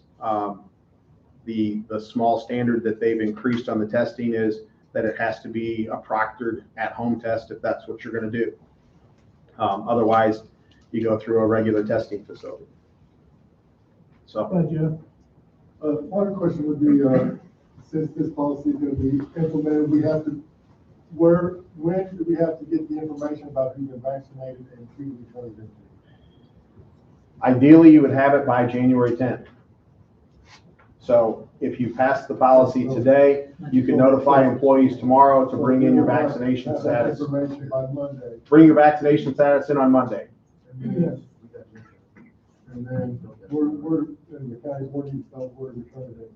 I'd say Turn it Julie. into June. Julie. There has to be a master list, doesn't there? There has to be a master I want list. to keep the master list, because if OSHA comes in, I'd rather have them come to my office than go to every office holding office. I agree. I mean, they do not need to be in these offices. Let us know, they do not need to come. And that's not making a copy of the vaccination, that's just, you have to see it as an office holder, or do we actually need to get a copy of the vaccination? Dates, or what do you need exactly? So you're supposed to bring in your vaccination record. Right. And if you don't have your vaccination record, you can do an attestation that says, I got vaccinated on such and such date, got this dose of whatever it was in this location.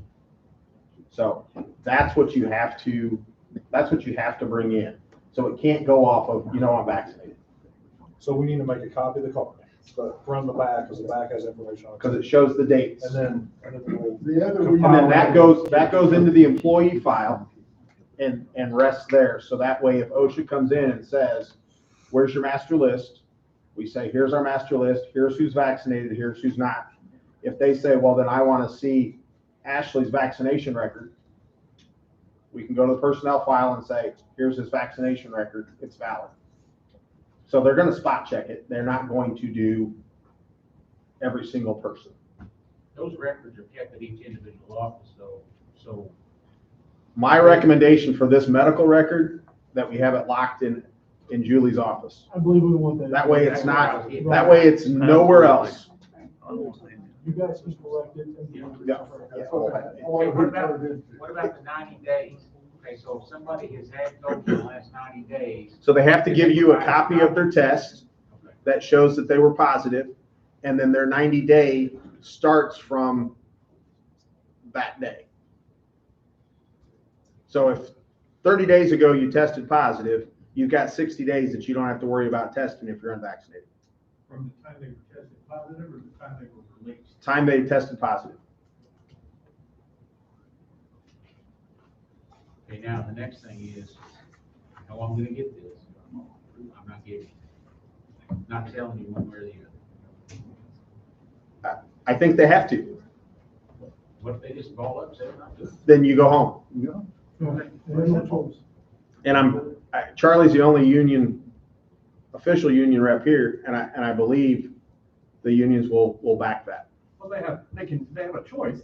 Even if they're vaccinated and they don't want to give it to you, their choice is then they have to be masked and. Mask and test, absolutely. That's the choice they're Yes. choosing if they choose not to give you their vaccinated. Yeah, I don't know why you might do that, but if Correct. they choose to do it. We had a choice of a mandate or this. We don't want any mandate. We get enough of those in the Right. state. You've given them the option there.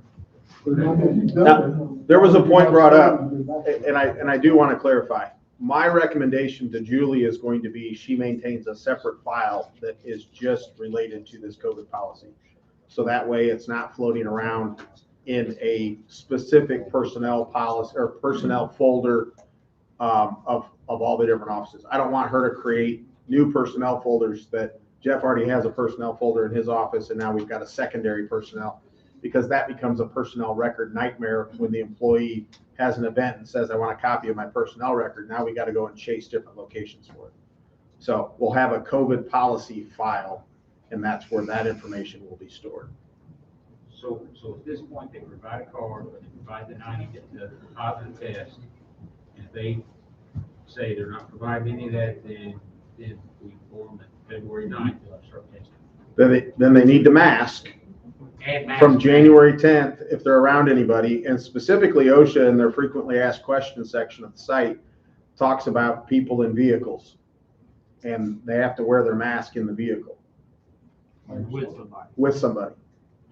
Now, if they don't, they would be subject to discipline. If you saw somebody doing it, you would give them their verbal, you would go through their written, you would go through that process, and that's the enforcement procedure. Yeah. Let me go ahead and just let everyone know now, the state is not providing PPE anymore. It'll be on them, for their own mask. I don't even want to know how many masks have filled the landfill at this point in time.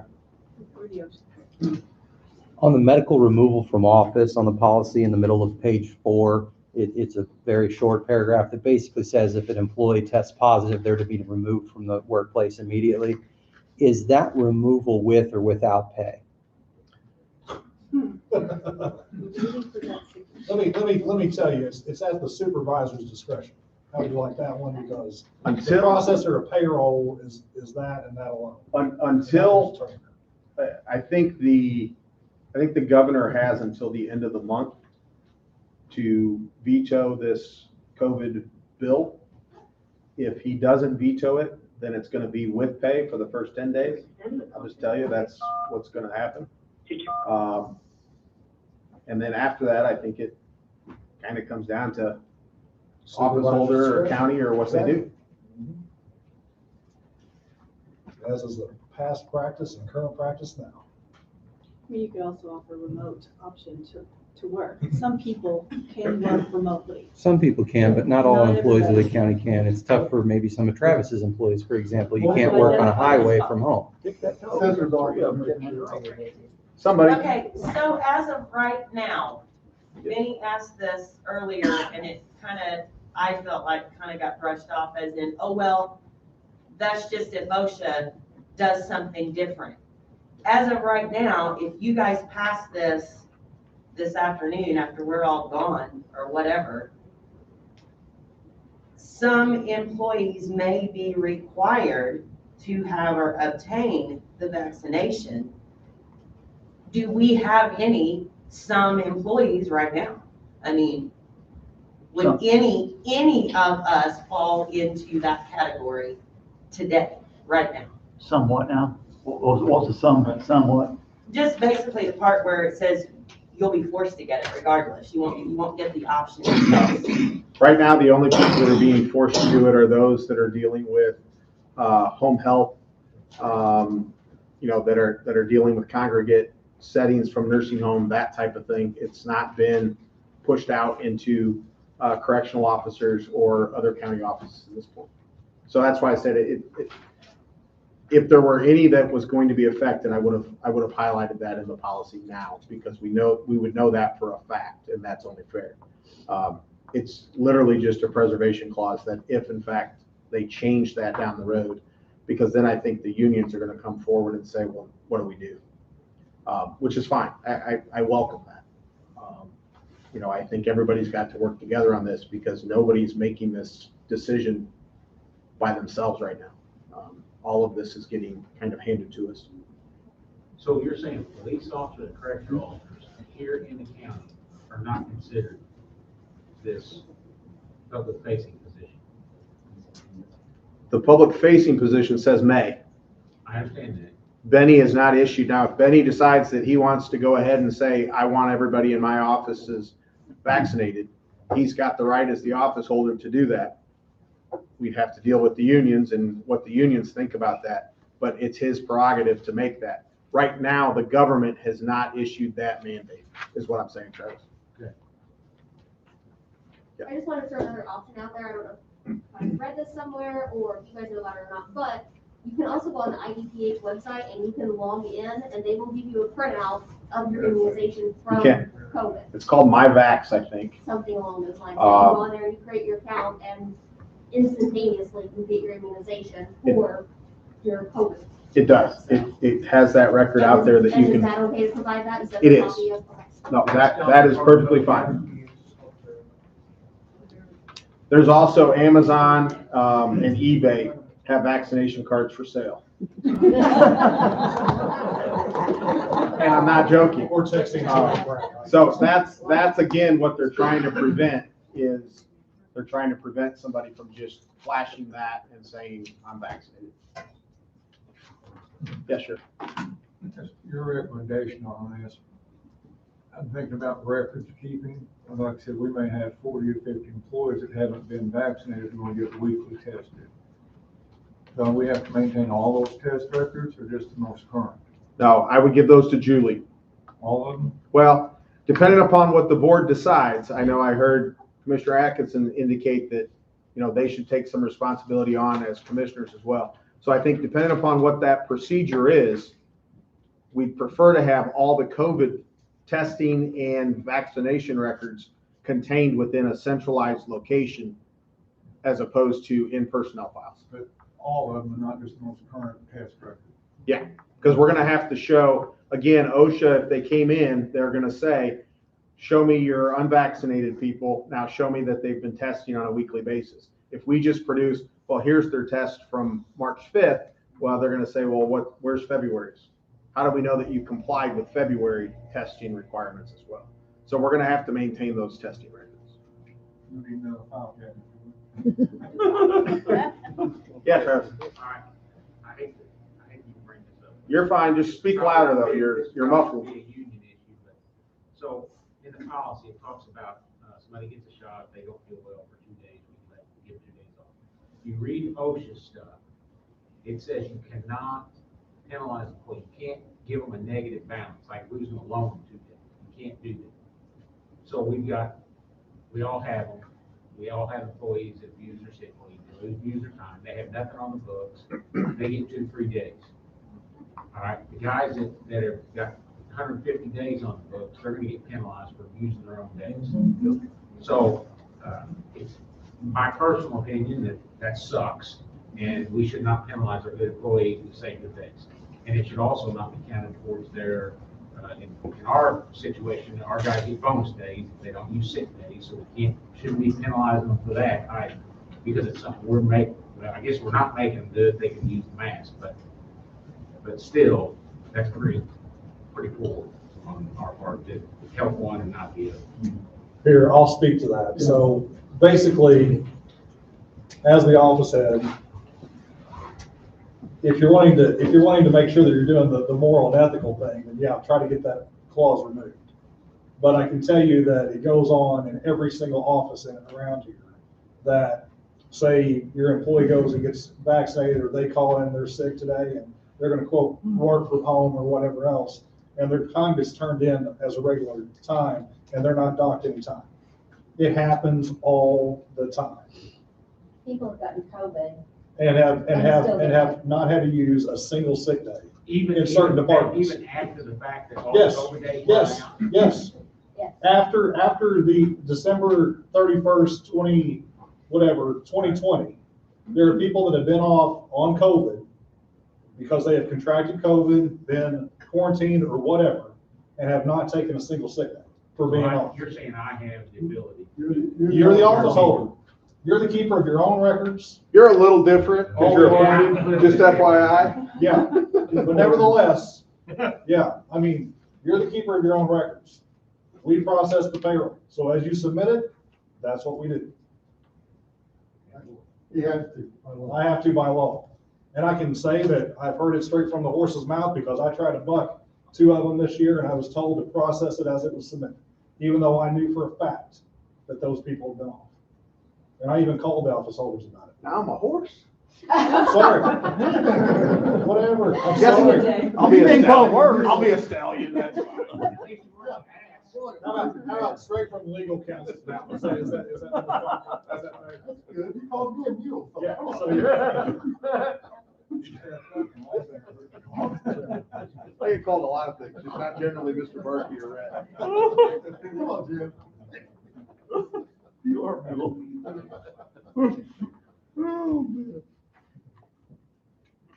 Anything else?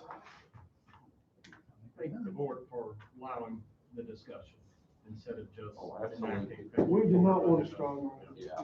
guys. That was definitely not the intent. We should consider that special fund on board. Maybe we need to know exactly how many employees we're talking about. Perhaps being a allowable expense for $5. Oh, you mean our funds. Well, hold on now. It could be classified as public health. I I think. mean, there's a gray area that may qualify. I think 100%. Honestly. I don't think it's great. I think it's pretty clear. I think it would qualify. If you could use We have a lot that of things to consider. to hire a company or to hire somebody or something, that. We've got a quote from somebody. The first thing is gonna be to figure out Do you have a by quote? Monday, how many people we actually are dealing with. We gotta know how many employees. That's fizzle. Because we have no idea. And we are not the only county going through this. No, you're not. I can assure you of that. Union County, every county says. Sandy's already talked to me about what I was talking about. That was going out yesterday for your phone call, and they are scrambling also in Alexander County. Randolph County, Monroe County, Franklin County. School's been doing this since September. So, Union, Alexander. Union, I don't know about, I don't think Alexander meets the 100 people. I don't know if they have 100 people in Alexander County, let alone 100 people working.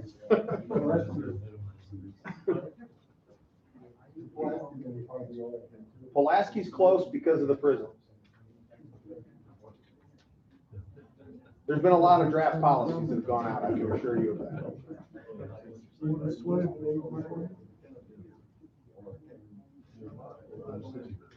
So are there any other questions that we have here? Anybody? Anyone? I have a question.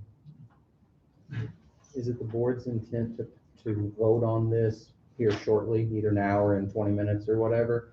Or are you going to reconvene potentially Monday morning and pass it? To answer your question bluntly, it'd be my intention to pass this right now. I don't see it changing between now and Monday. And we need time to get a hold of our employees, what happens if someone's off? The only reason I That's asked a the good question is because if the commissioners are going to take into account some of the points that were brought up, they may need more time than 10 or 15 minutes to consider them.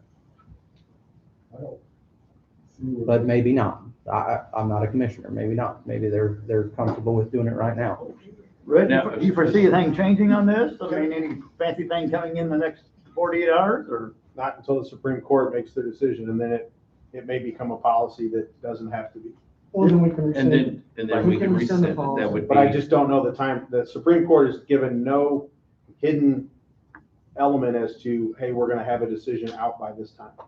Okay, my line of thinking is that if they did change it, that we would rescind this policy. We'll let you, I will be the first to make a call to you. Yeah, so if it does change.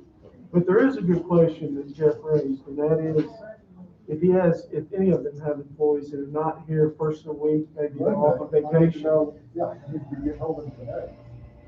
So adopting this policy, that would show good faith, correct? And then- Correct. And then as we go along, it would be like adding employees to the list. if and when we get their vaccinations. A new hire is not gonna be on the list today, Right. but So, it would be, yeah, John? One suggestion too is, on this question, I don't have employees getting their vaccine card, so forth. You mark them as unvaccinated first, to comply with the January 10th date, and as you get their vaccination, then you can always amend the list that comes in that Julie would be keeping and stuff. And so the push for you guys is get this list by January 10th.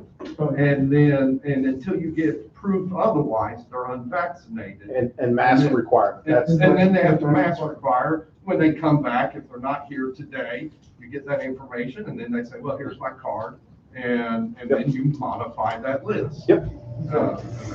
In the meantime, then we could also discuss how we're gonna And handle then you can do the vaccinations nuts or and anything like bolts that have that. been discussed here. And we outside might have of to amend policy. this thing half a dozen times. Or those are nuts and bolts. Those are not part of the policy. Exactly. When you give the sheriff his money for his budget, and that doesn't have to be. Will the board consider, since obviously, you know, this is not a normal practice, of amending this language about employees may utilize up to 2 workdays of sick leave, and just say up to 2 days of leave, and let's just give them the time, because one, people are gonna abuse it, let's be realistic. As Travis said, if someone sees a free day, they're gonna take it, that's just the way some of our people are. And then 2, we have office holders that are not gonna make them take a sick time day, if they say that they are feeling ill from taking that, so I think it's a moot point to put it in there, and then that way, the people who actually do follow the rules are not gonna be morally or ethically inclined to usurp those. Actually, where, Yeah. actually, what page on there? Item number 4. First paragraph, or let's see, second paragraph. Where it says employees may utilize up to 2 workdays of sick leave, just say up to 2 workdays of leave immediately following each dose. If they have side effects from the COVID-19 vaccination, strike that employees who have no sick leave will be granted 2 additional days because you're just gonna give it to them anyway.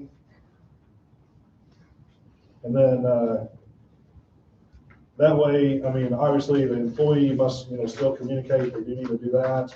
And then even in regards to the first paragraph about talking about the time and being able to take it, I mean, I guess you could leave that in there.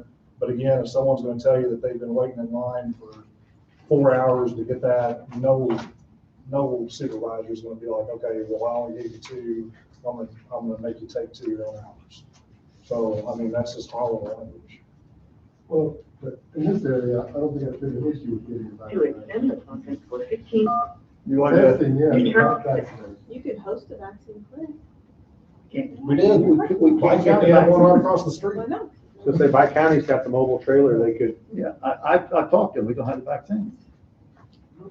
I mean, I'm sorry, People who want the that. testing. no, we have the vaccine, my county's got the Yeah, vaccine. they did it out here in the parking lot. Yeah. That's what I'm saying, though, if you had Offer a, another day. I think everybody. Nobody who hardly wants showed it up. has had it. You can still offer another day. and Now that potentially they're boosters. required. Exactly. I'll ask, I'm on the board, I'll ask. I don't see much swing one way or the other. I don't see a bunch of people running out to get vaccinated to take 2 days off. I don't think most people's opinion's gonna change. That's what I think. I just don't, if they're not vaccinated, I don't see them going, and they don't have days, I don't see them going vaccinated just so they can get 2 days off. Well, I mean, that's true. But Only I mean, way at the they're same gonna- time, I'm just saying that, the language is hard. So, It shouldn't be. So they're attempting to pass something that they would like to see follow. And that's all they can do. I understand. It would be following my office. Real world situation. That's who I am, right? So, That mule we talked so about. Yes, if I understand mule. this correct, what you're saying, just keep that. Thank you. Is that what you're saying, actually, Just give them the 2 Just days. give Just them put it the in 2 there, days. don't say If you they're give gonna a take vaccine- He's 6 saying, months. don't classify it Don't as sick leave, classify it as just sick say leave. 2 Just say leave 2 days. 2 days. If you get the vaccine, you get 2 days off to feel sick. And be done. And then, It's almost like paying them to get the vaccination. Like they do. in essence, yeah. It's a little fair, Could be abused one So down just the give them, if you get a vaccine. just I know, give them but at least you can hold your heads up and say, Everybody's consent. you gave it to them, and you're not gonna hear the fact Get that sick. Office X gave them 2-3 days, There's a lot of and talking when they going on. retire, they have I can't hear 8,000 hours of time to think it's a still hurts. Chad? You know what's gonna happen? The people that have already done vaccines since day one, that got sick, they're gonna say, where's my 2 days back? Absolutely. If everybody's getting it now. And they're only getting it because of the policy that's in place, whereas the ones that have had it. That will definitely happen. Create that. And the 2 days will be abused, just my arm hurts, my eyebrow hurts. It kind of You know. goes back to how many people are we really talking about that are Who knows? unvaccinated? Who knows? And I mean, in This your could be departments, everybody. I mean, do you have a lot of people in your departments that are unvaccinated? You Well, know what? With what Chad said, that could be everybody in the county. You know, the ones that were vaccinated already. They could say, hey, I didn't miss a day. Well, I felt bad, I couldn't miss it. Right, for example, I was sick as a dog. I took 2 sick days. Those 2 sick days are gone for the rest of my career here. And you'd want them back. I mean, a normal person, I'm saying, that's the intent, I know. People would, yes. I know, I understand. If you're just gonna give them 2 You don't days, need yeah, you should give them. Absolutely. But if it's optional, I say leave it as is. That you're going down a path that's, if you leave it where it is needed. you're going down a path that's gonna be. Justin, what were you saying? To kind of cover his portion, would the booster shot qualify for that? So then the people that have already been vaccinated would still have the opportunity to get the 2 additional days by receiving the booster vaccination. That's another choice. This policy doesn't really mention the booster. It talks about the first and second dose only. Possibly that's already had the vaccine would be an opportunity to potentially. Yeah, and some people, I think, have reported the booster being. The also are giving the 2 days, it's your choice. Can I just make an observation?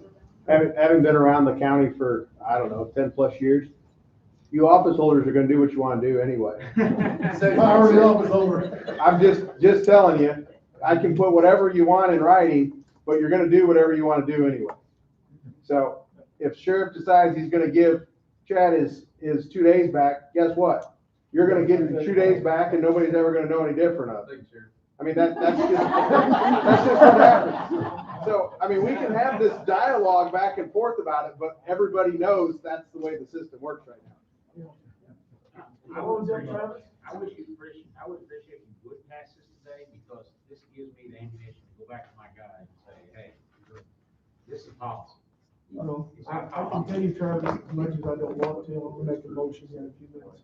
And honestly, Travis, our back's against the wall, we need to pass it. We don't have any choice. And if we've got to take it back later, do it later, but It's just easier for me to go out and guys. it's nothing we want to do, we're not excited about it, let's put it that And way. if the Supreme Court says Friday, tomorrow, that this is a no-go, then Monday morning, well, first meeting next week, we'll rescind it. We'll have cake and punch. I think, Huh? as is, because if this is something that Well- can always be amended. Right, we can amend it. We can at any point, so let's just go ahead and pass this, to see what it's like, and after the Supreme Court, we hear from the Supreme Court, this may all, like I said, be a moot point. So- And I hate to have Brett immediately write something different right now that might change first of the week, so. We have something in place. Well, you guys- February 10th, What was that? until the testing starts anyway, you got another month. Exactly. Right, and we Exactly. To finalize this and make it even. That's when we start meeting with other people. Exactly. Right. It's So there's just- gonna be, there'll probably be more meetings here. Yeah, you'll make your own. I'm gonna make a motion, just so that we're all understanding. We're gonna adopt this policy. We're more than likely going to amend What to do. and what actually says to be is needed. So get the list, we can find out how many. Well, right, I'm not gonna make that motion, I'm just gonna make the motion to pass this policy. And you're gonna have further discussion on. We got a month. We need to get this part out of the way. Okay. All right. All right, let's make a motion, let's move on. This is kind of like what we call a living document. Yeah. Look, Tim, you wanna do it? I make a motion that we pass the Williamson County vaccination policy for COVID-19. I'll second. As presented, right? As As presented. presented. Jim Marlowe. Yay. Ron Gentry. Yay. Tim Atkinson. Yeah. And thank you all. Thank you, everybody, for your input. We really appreciate it. I make a motion to. You make a motion to adjourn?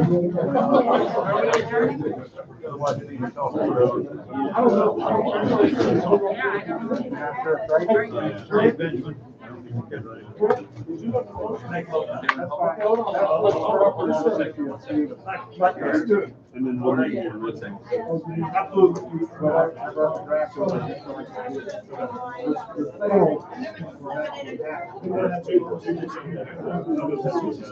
Allison. Allison.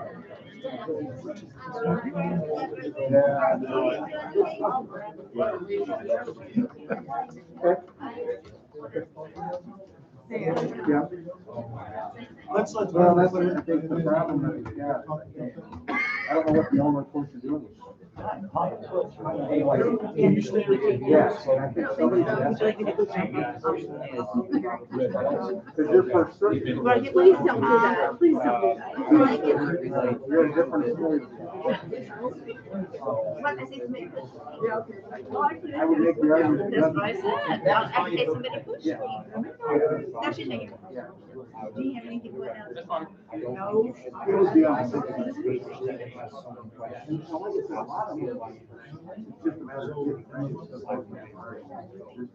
Out of 1 year, you hold organizations and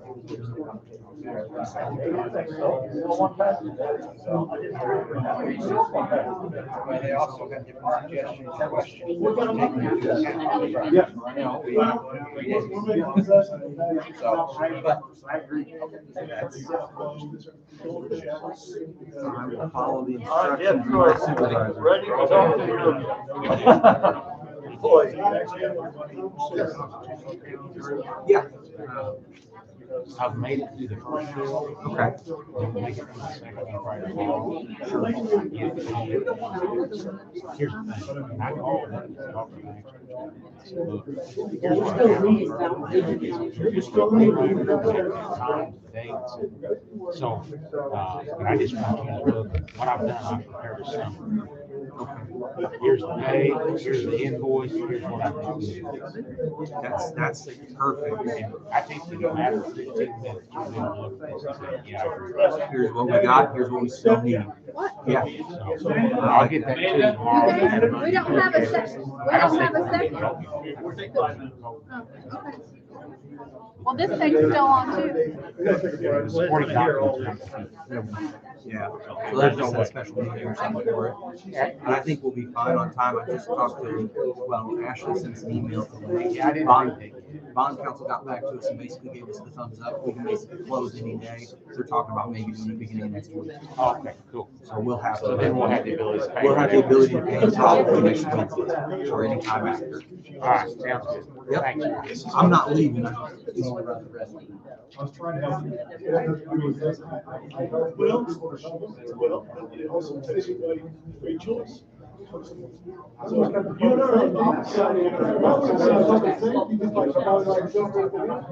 so if you had COVID said that, since you many people are. And the transmission rate between unvaccinated people and vaccinated people, they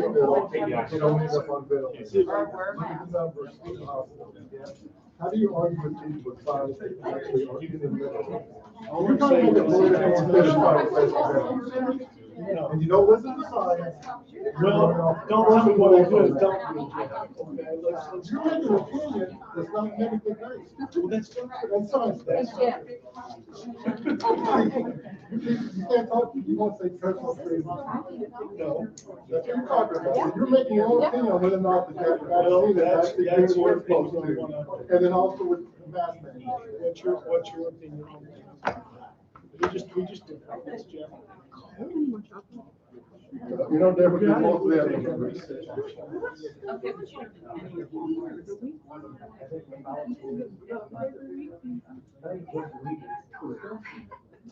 They'll come out with guidelines on how to do that.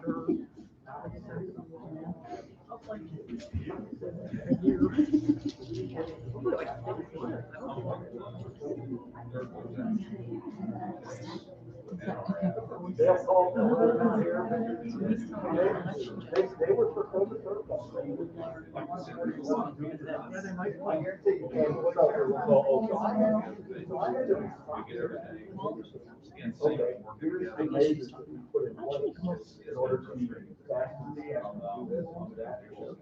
And then they left her start.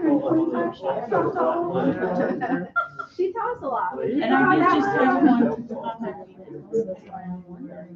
But now, I guess we'll just wait until it's on the board.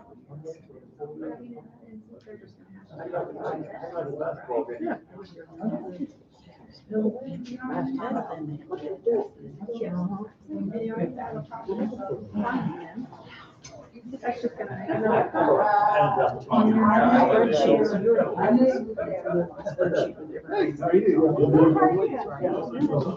Maybe you do that and then just.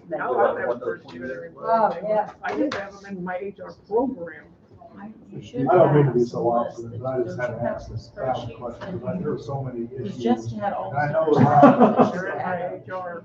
So I just don't. Well, I mean, what insurance? I will tell you. Not everyone's on the insurance. I can just modify them. Well, I'm just saying, if you could start out with something like that, that had everybody's name on it, and then have. Because you guys are the only. But I already one had, that I already has had. for yourself. No. It just comes out fluidly right now because I've been on the phone. There is nothing. nonstop. So I think I got, Sucks already. I made sure what I got and had Because their I've just name. consistently been insulted. Like, what do we do about this? What do I do about Well, this? you know, everybody looks like he's a nice guy.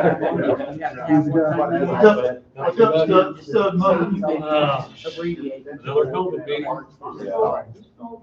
So, I mean, as of January 10th, I mean, I think it's gonna rain tomorrow night or something. we have an employee that's in our office that's not passed.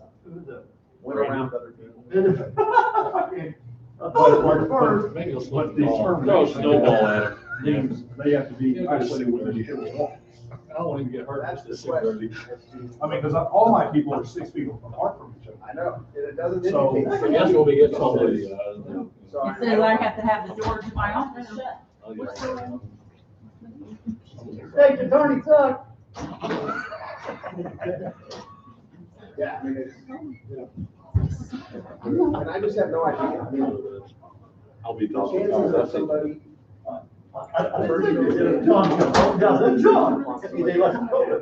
Well, that's exactly what I was saying. Well, someone should be. But as always-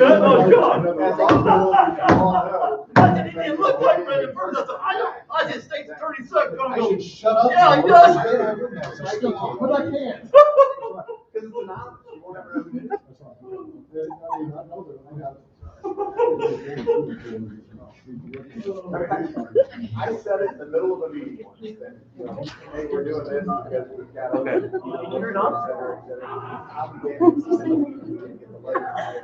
To all his fans? Quit looking out at the audience like they're trying to talk to you. Do what? Quit looking out at the audience like they're trying to talk to you. These are all of his fans? I'm waiting for the other guys.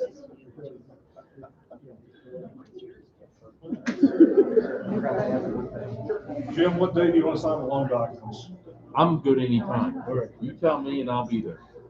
Well, he said he can come here. So would you Okay. want him to come Tuesday or Wednesday? Uh, I mean, I know. Can you do it tomorrow? I can ask him, I mean, and see if he's available like tomorrow or.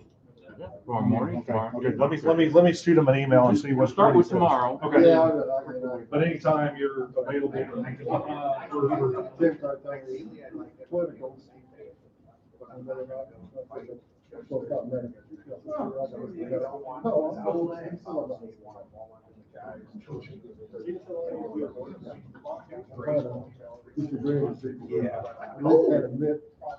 Hey. But they're basing their. Okay. So yes, I'll be going. Well, you let that door open. And after these questions. Okay, so you got that email, I sent you that on that, W-9. Did you send it while I've been in? No, here? I did. Okay, let's get this thing over with. What are we doing? They want to stay around. Why? Who? Yeah.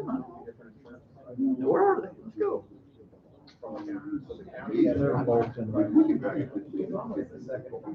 We could drag it 15 minutes. You wouldn't get very far with it. That's a different.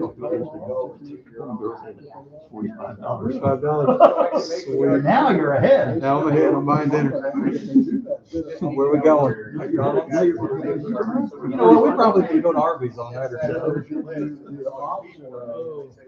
We go to Texas Roadhouse, we're gonna have to split an entree. No free.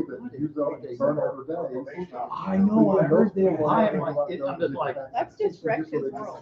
It's just boring. The reason I went to Ocho. Yeah, and they said, well, they said you can get coffee for $1.99. Somebody said the piece about like that. No, I mean, gone are the days where you had the take-home box stuffed full of lemon meringue pie. Take it back to the office. Yeah, oh, I did that day. It's good stuff. They wanted to talk about something.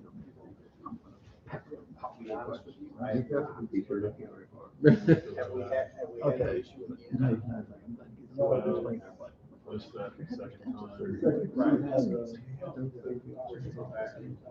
Did anybody see Brandon or did I miss him?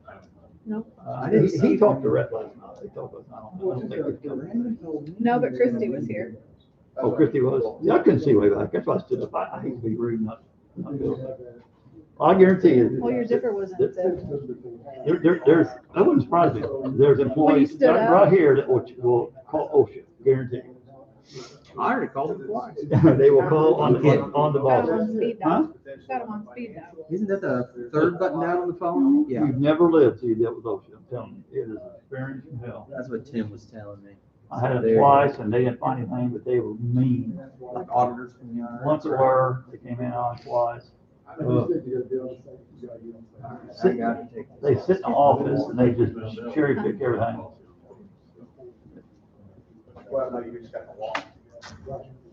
Oh. Okay, guys. We're wasting everybody's time. All right. I work here is.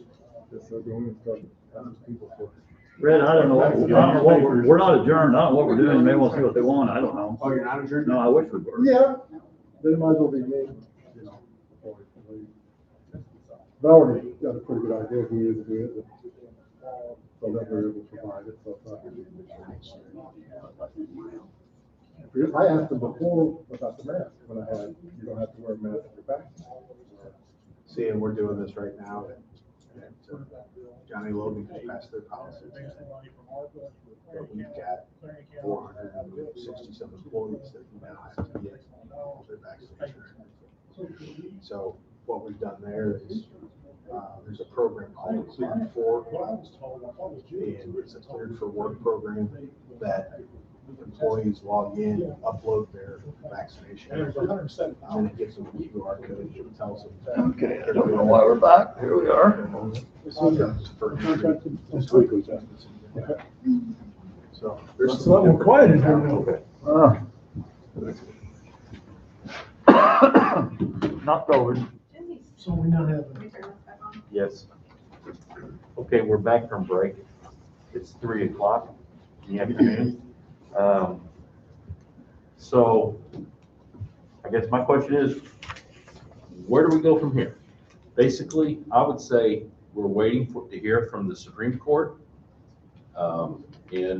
Once we have clarification from the Supreme Court, then I think everything else is going to fall into place. I don't have a problem in trying to decide if we can maybe help alleviate some of the testing costs or whatever. We could discuss that. I'm open to any idea, any suggestion. I'm just going into this open-minded. So, When it comes to testing, I just had a conversation with Ashley. Okay. We're looking into whether or not ARPA might be able to pick up costs. That's the direction I'd really go than the general fund, I can tell you that right now. And then we're also, I asked him also if he could check in to see if the insurance company or health insurance companies will pick up those costs. Okay, the insurance company will, Julie said yesterday, the insurance company will catch on that you're a repeat offender, come in every week, and then there will be a charge of I know, Red, I think it's $30 at Marion Harbor. So $30 is the number that I've heard per Is test. what they would have to pay for. They would have to pay for it, not us. So, We've all received an email as we were in our meeting, from Kim Meyer notifying us that there have been some changes now to the ARPA that just come through. So, these are changes. Final rule today. Final rule today, right. So, email came to everybody. I think everybody needs to take a look at it, and then, we'll be back on Wednesday. We can discuss this. We can discuss that on Wednesday with our ARPA meeting. Is that the email that she left me off of that you forwarded me, Brent? This one Yeah. just came while we were in the meeting. Yeah. Okay, all right. I Thank saw- you. I saw the final ruling and I forwarded it on to you. I appreciate it. So, okay, with that being said, anybody got any thoughts on today? I'm not happy that we did it, but we had to. Understand? No, I'm good. I think, I think it the clears up. direction of the 2-day window, I think we're good staying with just what we have. I think we open up a can of worms by doing it the other way. I guarantee they all want their 2 days back. It just, So, I think also, nobody really opposes as of, it. as of right now, we're just waiting to hear from the Supreme Court. This may be a moot point. It's all I'm saying, the whole thing may be a moot point. So, Brett, I appreciate your due diligence. You've been working on this, how many days has it been, is it the first of the year? When did you get, you said you've been working on it? Monday. So you've been doing, yeah? And I appreciate While you. we have you here, is there anything labor-wise we need to talk about? Not on record here, but, Not on record. but if there is. Before you leave. Before you leave? Okay. Okay. I make a motion to adjourn then at 3:06. Second. Jim Marlowe. Yay. Brent Gentry. Yay. Tim Robinson. Yes. All right. Yee-haw!